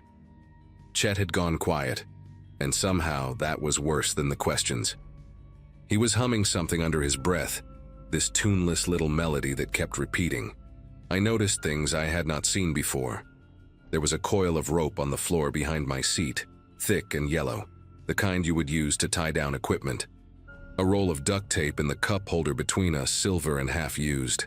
A flashlight wedged between his seat and the center console. None of these things meant anything on their own, I told myself. People keep all kinds of stuff in their trucks. But my body was reacting before my mind could catch up, my leg muscles tensing, my breathing getting shallow. I asked him again how much farther, and he said not long, just a few more miles. He reached over and patted my knee twice, and I had to stop myself from flinching away. His hand was heavy and warm even through my wet jeans, and he let it rest there for just a second too long before pulling it back. The truck turned down an even narrower road, and now there were no tire tracks ahead of us at all. We were the first vehicle to come this way since the storm started, which meant we were nowhere near any main route. The trees pressed in close on both sides, branches scraping against the truck like fingers trying to get in. Chet asked me if I had a boyfriend, and when I did not answer right away, he laughed this low chuckle and said he was just making conversation. He said it must be lonely being out in a storm like this, that people needed to look out for each other. I was gripping the door handle so tight my knuckles ached, trying to calculate if I could survive a fall into the snow at this speed. Then I saw it up ahead, a faint glow through the trees. Lights, some kind of building with actual power. Chet saw it too, and I watched his jaw tighten for just a second before he relaxed again. He said we could stop there for a minute if I wanted. Let the storm calm down a bit. I said yes immediately, trying not to sound as desperate as I felt. It was a small gas station, one of those old independent places with 2 pumps and a little convenience store attached. The lights were on inside, and I could see someone moving behind the counter through the foggy window. Chet pulled up next to the pumps but did not turn off the engine. He said he would wait here, that I should go in and warm up for a minute, use the bathroom if I needed to. The way he said it made it clear he expected me to come back out. I nodded and opened the door, and the cold hit me like a punch after all that time in the heated cab. I walked toward the store entrance, forcing myself not to run, not to look back. I could feel his eyes on me the whole way. The bell above the door jingled when I pushed it open, and the warmth inside smelled like coffee and hot dogs turning on those metal rollers. There was a woman behind the counter, maybe 60 years old, with reading glasses pushed up on her gray hair. She looked up at me and her expression changed when she saw my face. I must have looked terrified because she immediately asked if I was okay. I told her I needed help, that the man outside had picked me up and I did not feel safe. The words came out in a rush, my voice cracking. She did not hesitate, did not ask me if I was sure or tell me I was overreacting. She just reached under the counter and pulled out a cordless phone, then pointed to a door behind the chip display and told me to go back there and stay put. I heard her pick up the phone and start dialing as I walked to the back. The room was a tiny office, just a desk covered in papers and a chair with a ripped cushion. There was a small window near the ceiling, and I looked out and could see the truck still sitting there. Engine running, exhaust rising white into the storm. Chet was not looking at the store. He was looking down at something in his lap, maybe his phone. I waited there in that cold little room, shaking from more than just the temperature, watching that truck and praying he would not come inside looking for me. 5 minutes passed, then 10. The woman came to the door and told me she had called the sheriff, that someone was on the way even though it might take a while because of the roads. She asked if I wanted coffee, and I almost started crying at how kind she was being. I kept watching through that little window. Chet just sat there in his truck for what felt like forever. Engine still running, wipers still going. Then, after maybe 15 minutes, I saw the cab light come on. He was looking toward the store now, and even from that distance and through the snow, I could tell he was not happy. He sat there another minute or two, just staring at the building, and I stepped back from the window even though I knew he probably could not see me. Then the brake lights flashed. He put the truck in reverse and he pulled out of the lot. I watched those red taillights disappear into the white until I could not see them anymore. My legs gave out and I sat down hard on that old office chair. And that is when I finally let myself cry. The sheriff's deputy arrived about 40 minutes later, a younger guy named Whelan, who took my statement and drove me home himself. He told me they would look into it, try to find a truck matching that description. I gave him every detail I could remember: the camouflage hat, the gray beard, the fast food wrappers, the yellow rope, all of it. He nodded and wrote everything down, but I could tell from his face that he was not hopeful. A dark pickup truck in rural New York in winter. That could be half the county. They never found him, as far as I know. I called the sheriff's office a few times over the next month, but there were no leads, no similar reports, nothing. Sometimes I wonder if Chet was even his real name.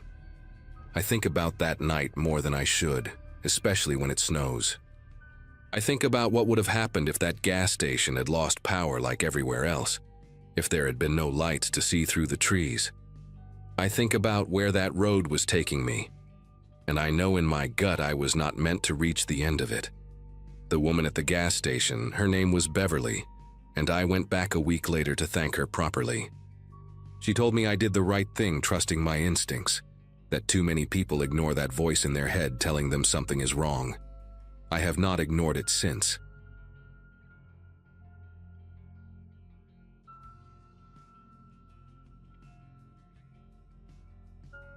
Snow had already begun piling against the porch steps by the time I pulled up to the cabin, and the whole place looked like it had been swallowed by winter.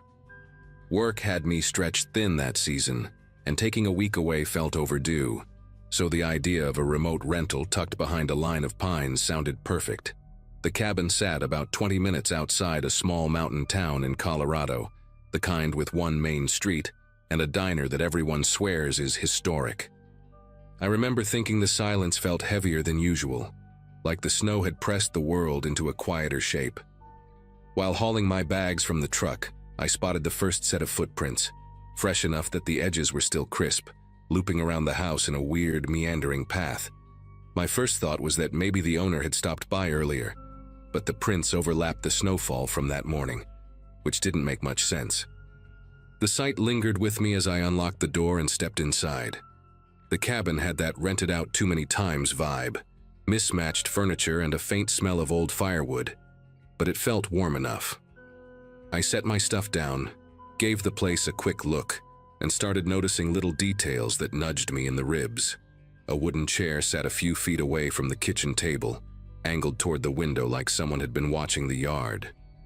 A half-burned match rested near the rug, just sitting there as if whoever used it didn't care to clean up, and a couple of canned soups I'd seen listed in the inventory were missing from the pantry shelf. It wasn't dramatic, but it was just specific enough to make me second-guess the empty cabin vibe. I told myself someone must have sheltered here recently, happens all the time in these remote spots, and figured they moved on once the storm warnings rolled in.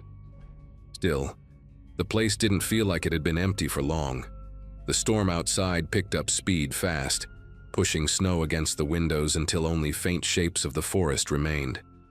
With no cell signal and the nearest neighbor half a mile down the road, Settling in felt like trying to relax inside a sealed box. I checked every room to calm my nerves. Everything was normal until I went upstairs and found the door at the end of the hall refusing to budge. It wasn't locked in the usual way. No keyhole, no latch, just wouldn't move, as if someone had shoved something heavy against it from the inside. I leaned my ear against the wood, heard nothing, and told myself the old frame had probably swollen from the cold. But that explanation didn't sit right. The door looked used recently, smudges on the paint, faint marks near the handle. It gave me a feeling I couldn't quite name, something that made me rethink spending the night there alone. As darkness settled, the storm swallowed whatever sound normally lived in the trees. I made a simple dinner, tried to distract myself with a book, and kept convincing my brain that the cabin was safe. The wind rattled the siding and whistled through gaps near the windows, and for a while, those noises explained everything. But close to midnight, just when I finally relaxed a little, a soft creak drifted down from upstairs. It wasn't the settling kind. The sound had weight, pacing, like someone shifting their balance on an old plank. I sat there staring at the ceiling, counting the seconds between each tiny groan of wood. Every few minutes, another one followed, faint and deliberate. The closed-off room, the footprints, the signs of someone eating and sitting here. It all tangled together in my head, and the cabin didn't feel remote anymore. It felt occupied. The next creak came while I was halfway through convincing myself it might be a tree branch brushing the siding. This one had a slow rise and fall to it, the kind of noise a floor makes when someone shifts their weight from one foot to the other. I moved closer to the bottom of the staircase, not because it felt like a good idea, but because sitting still made everything worse. The air on the second floor felt colder, like the warmth from the wood stove couldn't quite climb the steps. I stood there listening, trying to figure out if the sounds had a pattern. They didn't. It was as if whoever or whatever was up there moved only when I got close enough to hear it. I remember gripping the railing and feeling like the house was paying attention to me in a way buildings shouldn't. I ended up dragging one of the heavier chairs in front of the staircase, more for the illusion of control than anything practical. The storm outside didn't let up, and the windows trembled with every burst of wind, making the whole cabin feel restless. I kept thinking about the footprints circling the house, the way they drifted toward the tree line before disappearing entirely. Whoever made them hadn't just walked up, peeked inside, and left. They'd studied the place, circled it, maybe waited. I checked the front and back doors 3 separate times, pushing on them until I felt the frames bow slightly. Each round of checking made the silence between the creaks upstairs feel sharper, the kind of silence you don't want to disturb. Sometime after 1 in the morning, judging by the dim glow of the stove clock, I heard a thump directly above me. Not loud, just confident, like something had dropped onto the floor and rolled slightly before settling. I felt a pulse of adrenaline shoot through me, and I grabbed the nearest object with any weight to it, which happened to be a metal fireplace poker. It wasn't much, but holding it made me feel a little less helpless. I stood beneath that locked door, listening hard enough that my ears rang.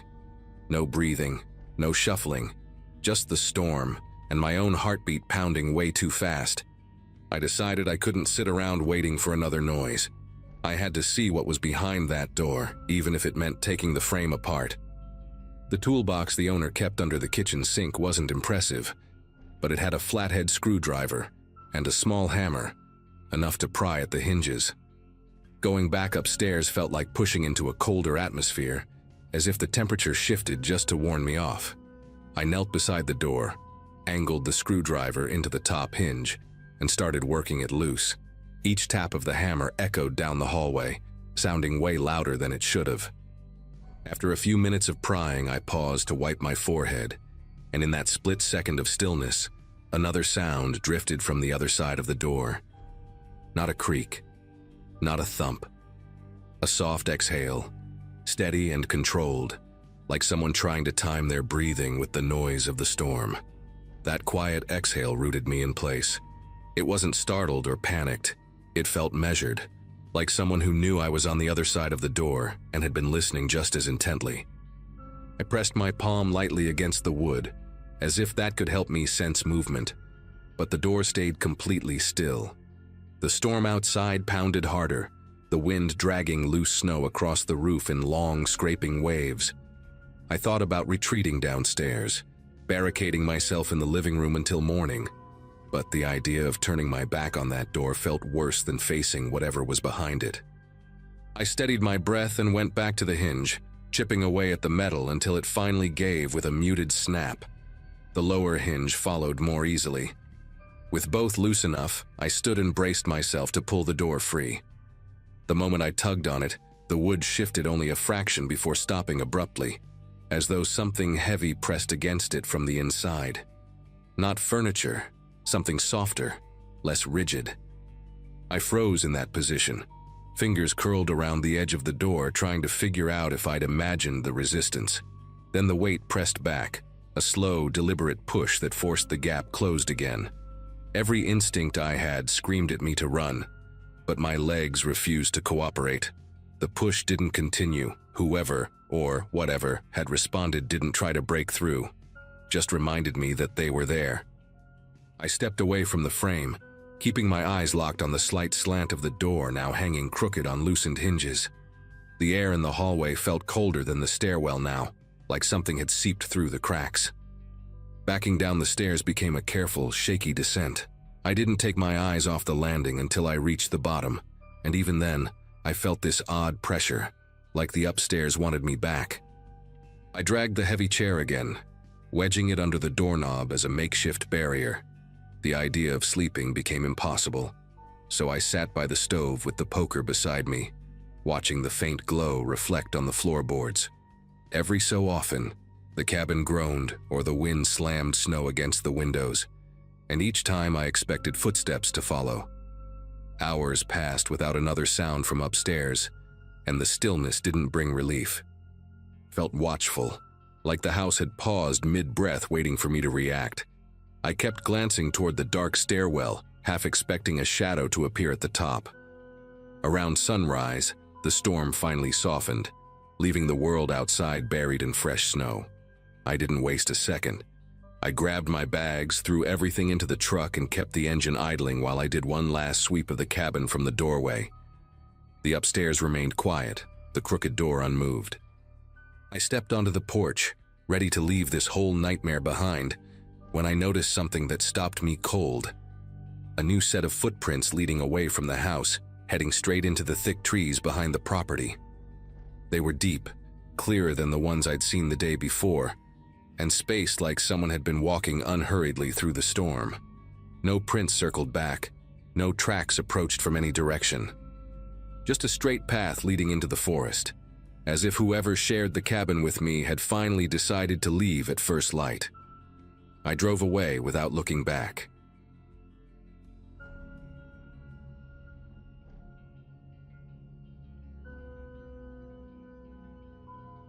Snowstorms never used to bother me, at least not back when I worked late shifts and was used to driving through just about anything. That day, though, the sky had turned into this churning white wall that felt almost unreal, like someone had shaken a giant snow globe and forgotten to stop. I had just left a small office complex on the edge of town, where I'd been filling in for a coworker, and the wind was coming in sharp bursts that pushed against the side of my SUV hard enough to make it sway. By the time I reached the main road, I could barely make out the traffic lights through the swirling snow. Visibility dropped so fast it felt like the world beyond my windshield had simply dissolved, leaving me in this strange, muffled bubble of white noise. I figured the safest thing to do was pull into the first place I could, which happened to be a shopping center I'd been to a few times. Big lot, easy to navigate, usually empty during storms like that. The moment I rolled in, it felt like stepping into a void. The parking lot lights were on, but the storm was swallowing the glow before it reached the ground. I eased into a spot near the middle, turned on my hazards and let the engine idle so the heater could keep working. Snow was collecting fast on the hood, the flakes drifting sideways in long streaks as if they were being pulled by strings. Sitting there, I kept telling myself it would pass, that I'd wait 10 or 15 minutes, maybe call my sister to kill time. But the quiet was strange, too thick, too absolute. Like the storm had created its own kind of silence that made every sound inside the car seem louder than it should have been.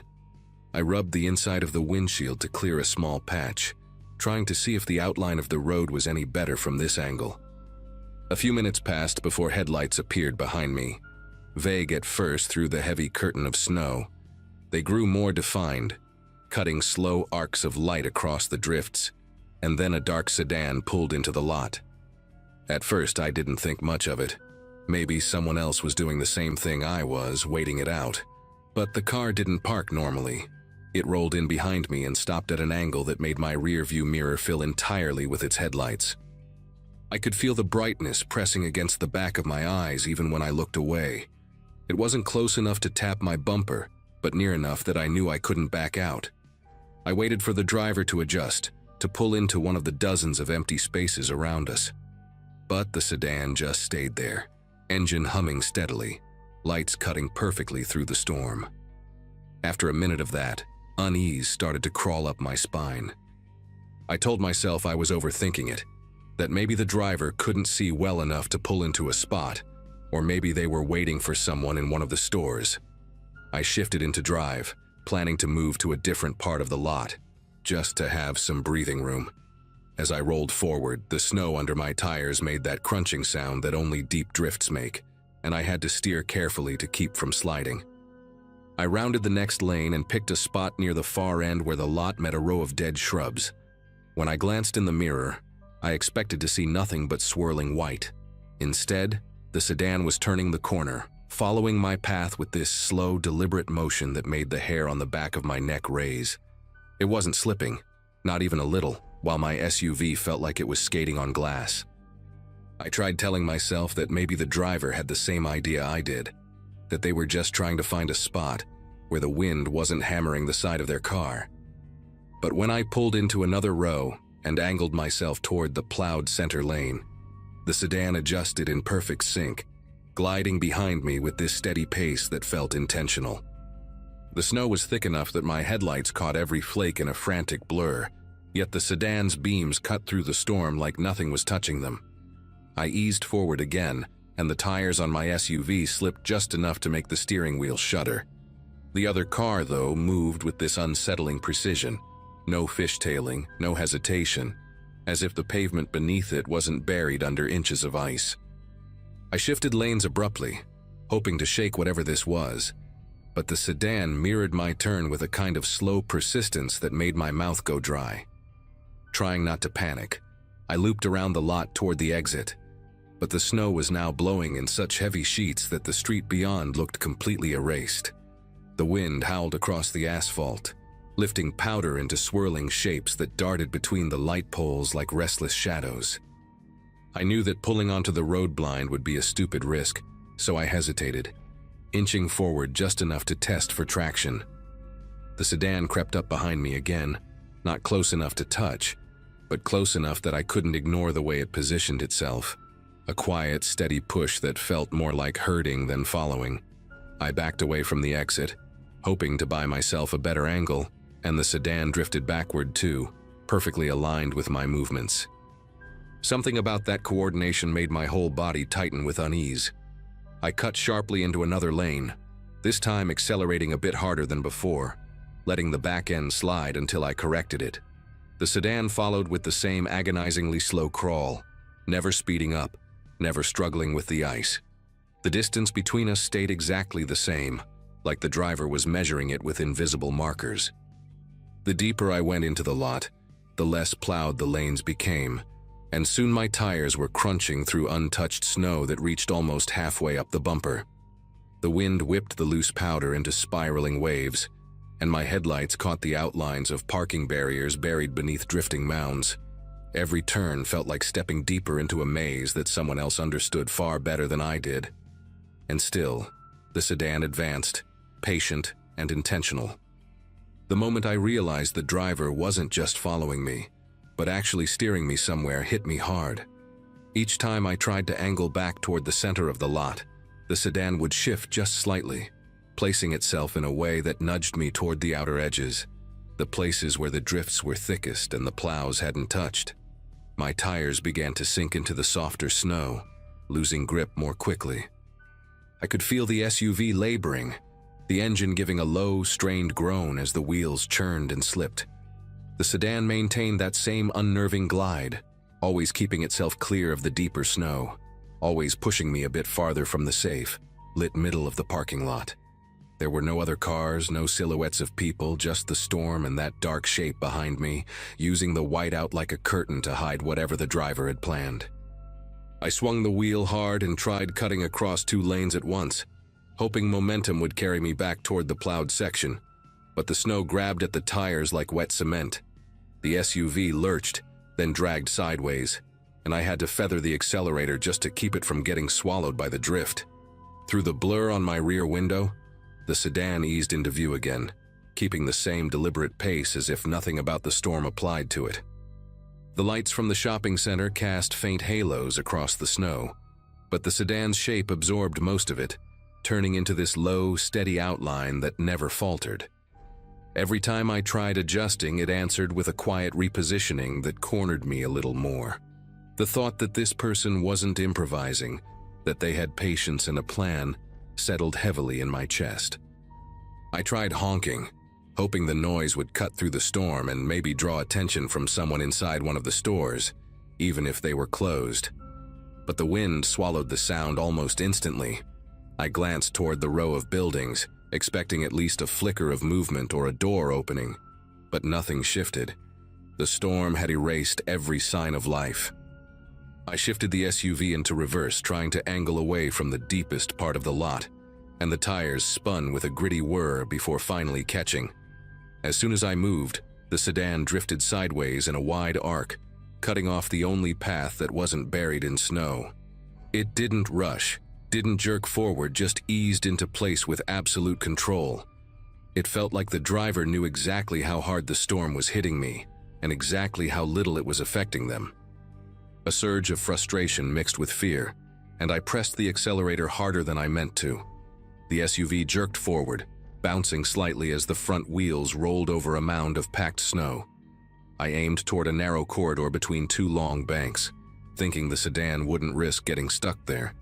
The wind pushed against the side of the SUV, and for a moment all I could see were streaks of white slashing across the windshield.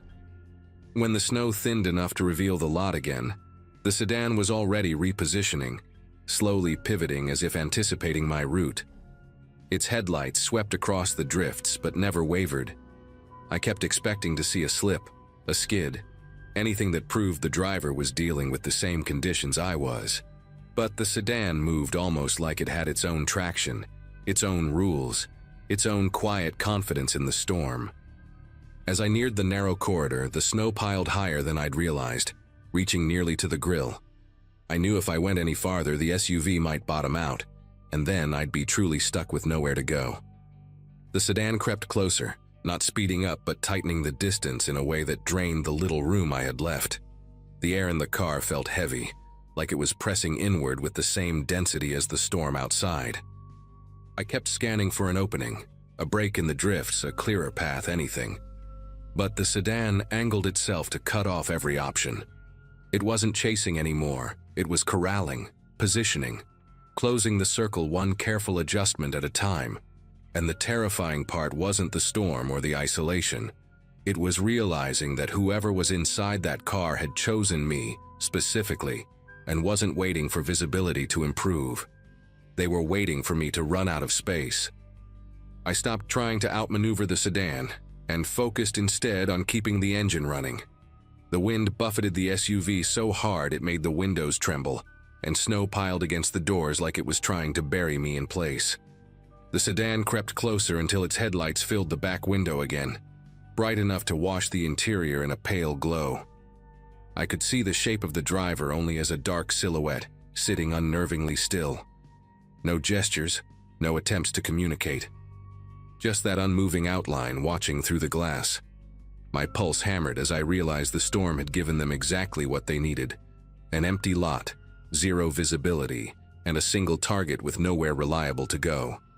I tightened my grip on the steering wheel and tried to steady my breathing, knowing that panicking would only cloud whatever chance I still had.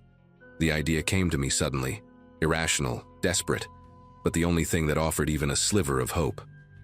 If I could reverse straight toward the sedan, not to hit it but to force it to shift position, maybe I could create just enough space to swing around and get back to the plowed section. It felt reckless, but so did staying put. I shifted into reverse and gave the SUV a sharp tap of gas. The wheels spun, then caught, and the SUV slid backward a few feet before the sedan reacted. It drifted back smoothly, still refusing to skid or jerk, but the movement was enough. That small gap opened, barely wider than the SUV itself. I threw the car into drive and swung the wheel hard, the tires groaning as they mashed deep snow. The front end kicked sideways, then straightened as the SUV lunged toward the center of the lot. I didn't look behind me. The storm had thickened again, turning everything into a white curtain broken only by faint silhouettes of light poles. I aimed for the faintest strip of darker pavement, the one path that looked even remotely cleared. The SUV bucked once as it rolled over uneven snow, then steadied as the tires found better traction. I pushed forward, inch by inch, expecting at any moment to see headlights slicing through the storm behind me. But the glow didn't reappear. Even when I reached the plowed area, I couldn't see more than 20 feet in any direction, just swirling white swallowing everything. I took the chance anyway, steering toward the exit and creeping onto the road. The wind was fierce, but the pavement underneath felt more solid than anything in the lot. Once I made it onto the main street, I kept going until my knuckles ached from how tight I was holding the wheel. I drove slowly, hugging the edge and watching for any sign of that sedan, but nothing emerged from the storm. Not a single pair of headlights appeared in my mirrors. When I finally reached a gas station with lights bright enough to cut through the haze, I pulled in and parked under the canopy. I stayed there until the storm eased up, long after the SUV's heater had dried my coat and melted the snow on my boots. No one else ever pulled into the lot behind me. To this day, I don't know if the sedan stayed in that shopping center or vanished the moment I left, but I never forgot how deliberately it moved, how silently it closed in, and how the storm felt less like weather and more like someone's cover for something I was never meant to understand.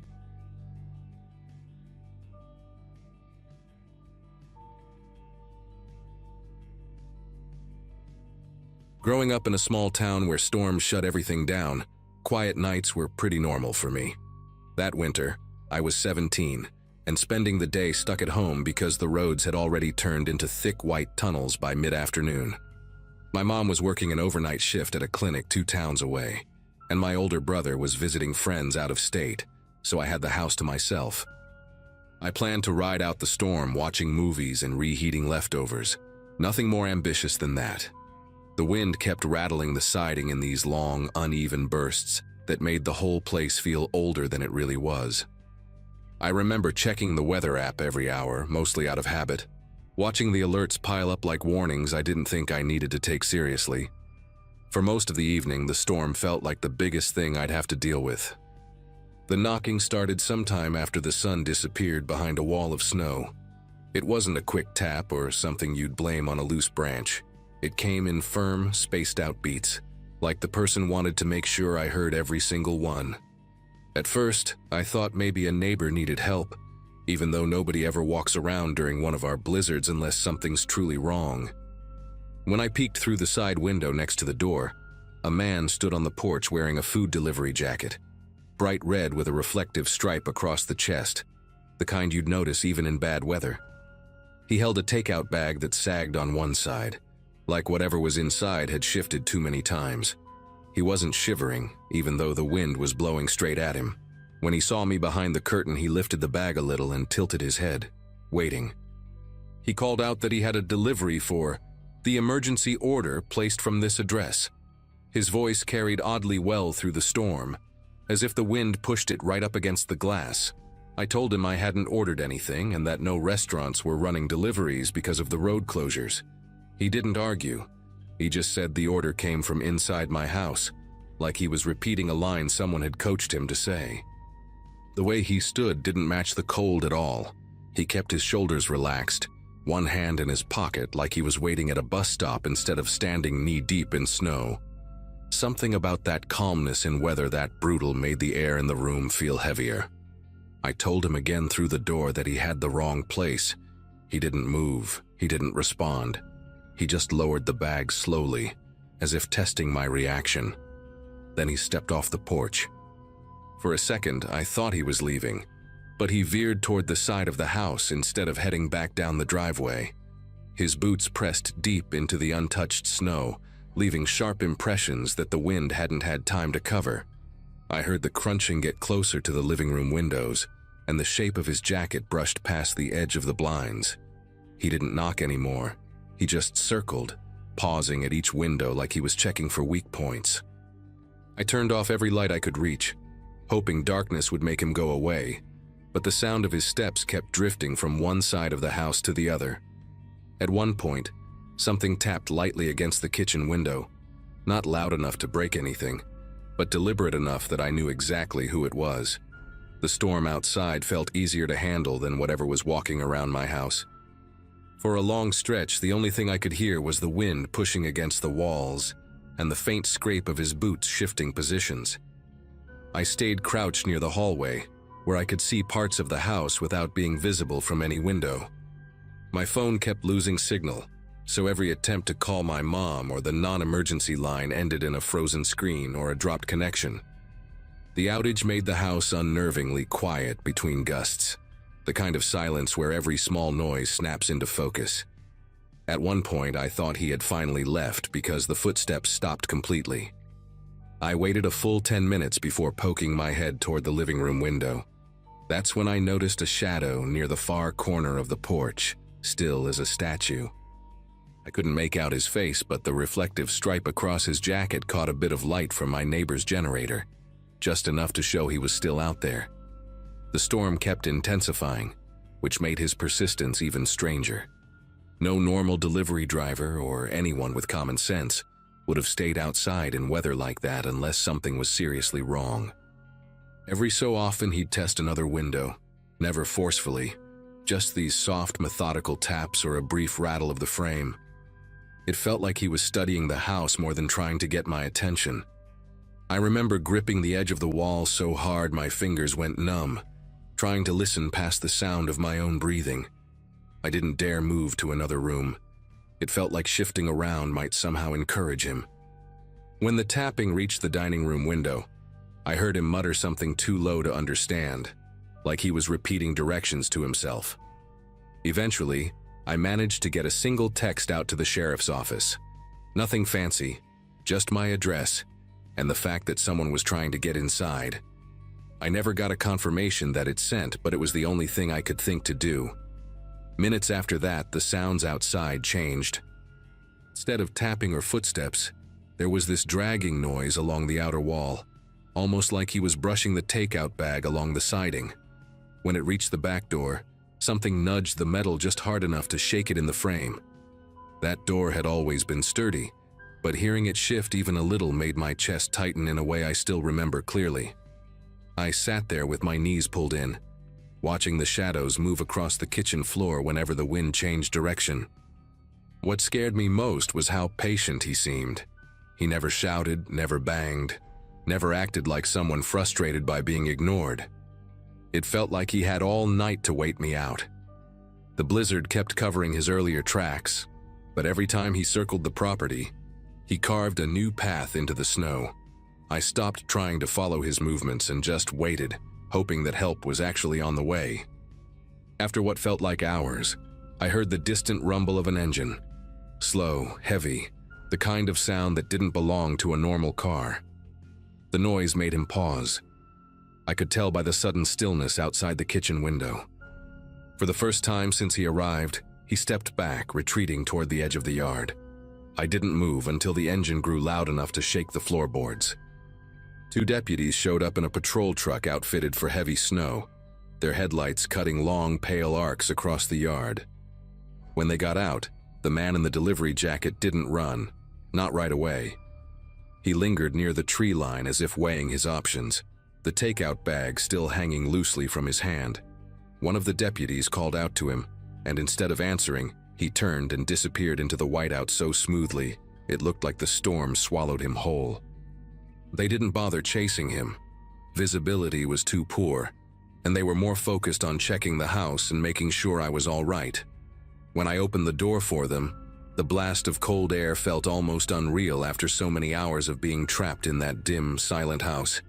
They walked the perimeter while I waited just inside the entryway, watching their flashlights sweep across the snow. The storm had buried most of the earlier footprints, but a few deeper impressions showed where he'd circled over and over again. The deputies noticed something else too. Prints leading up to windows I hadn't even realized he checked, including the small basement one I always forget exists. The delivery jacket bothered them immediately because they knew every restaurant for miles had shut down before the roads became impassable. One of them asked if he'd given a name or mentioned any kind of mix-up, but the only thing he ever claimed was that someone inside placed an emergency order. Hearing that phrase repeated by someone else made it sound even stranger than when he'd said it himself. They stayed with me until the storm eased enough for their dispatcher to confirm other reports. Apparently, a man wearing various delivery jackets, different colors, different brands, had tried approaching several houses that night. In some of those cases, homeowners heard him trying door handles or sliding something along the window frames. Nobody had opened their doors either, mostly because nobody was expecting food in the middle of a blizzard. The deputies suspected he'd been targeting places where cars were gone or lights were low, hoping someone might panic and let him inside. Knowing it wasn't just me he approached made the whole situation feel bigger than a random misunderstanding, like he'd planned a route through the storm. By morning, the snow had settled, and the world outside looked clean and untouched, as if nothing had happened. But their tire tracks and the faint remains of his footprints were enough to remind me otherwise. The sheriff's office never caught him, at least not that I ever heard. Still, after that night my mom replaced every lock, added motion lights, and had me keep the house phone plugged in at all times. The deputies told us I'd done the right thing by refusing to open the door, especially with someone impersonating multiple delivery services. Even now, whenever a winter storm rolls in, I can't help glancing at the windows more than I need to, listening for sounds I hope I never hear again. Nothing like that has happened since, but the memory of that man calmly circling our house will probably stay with me for the rest of my life.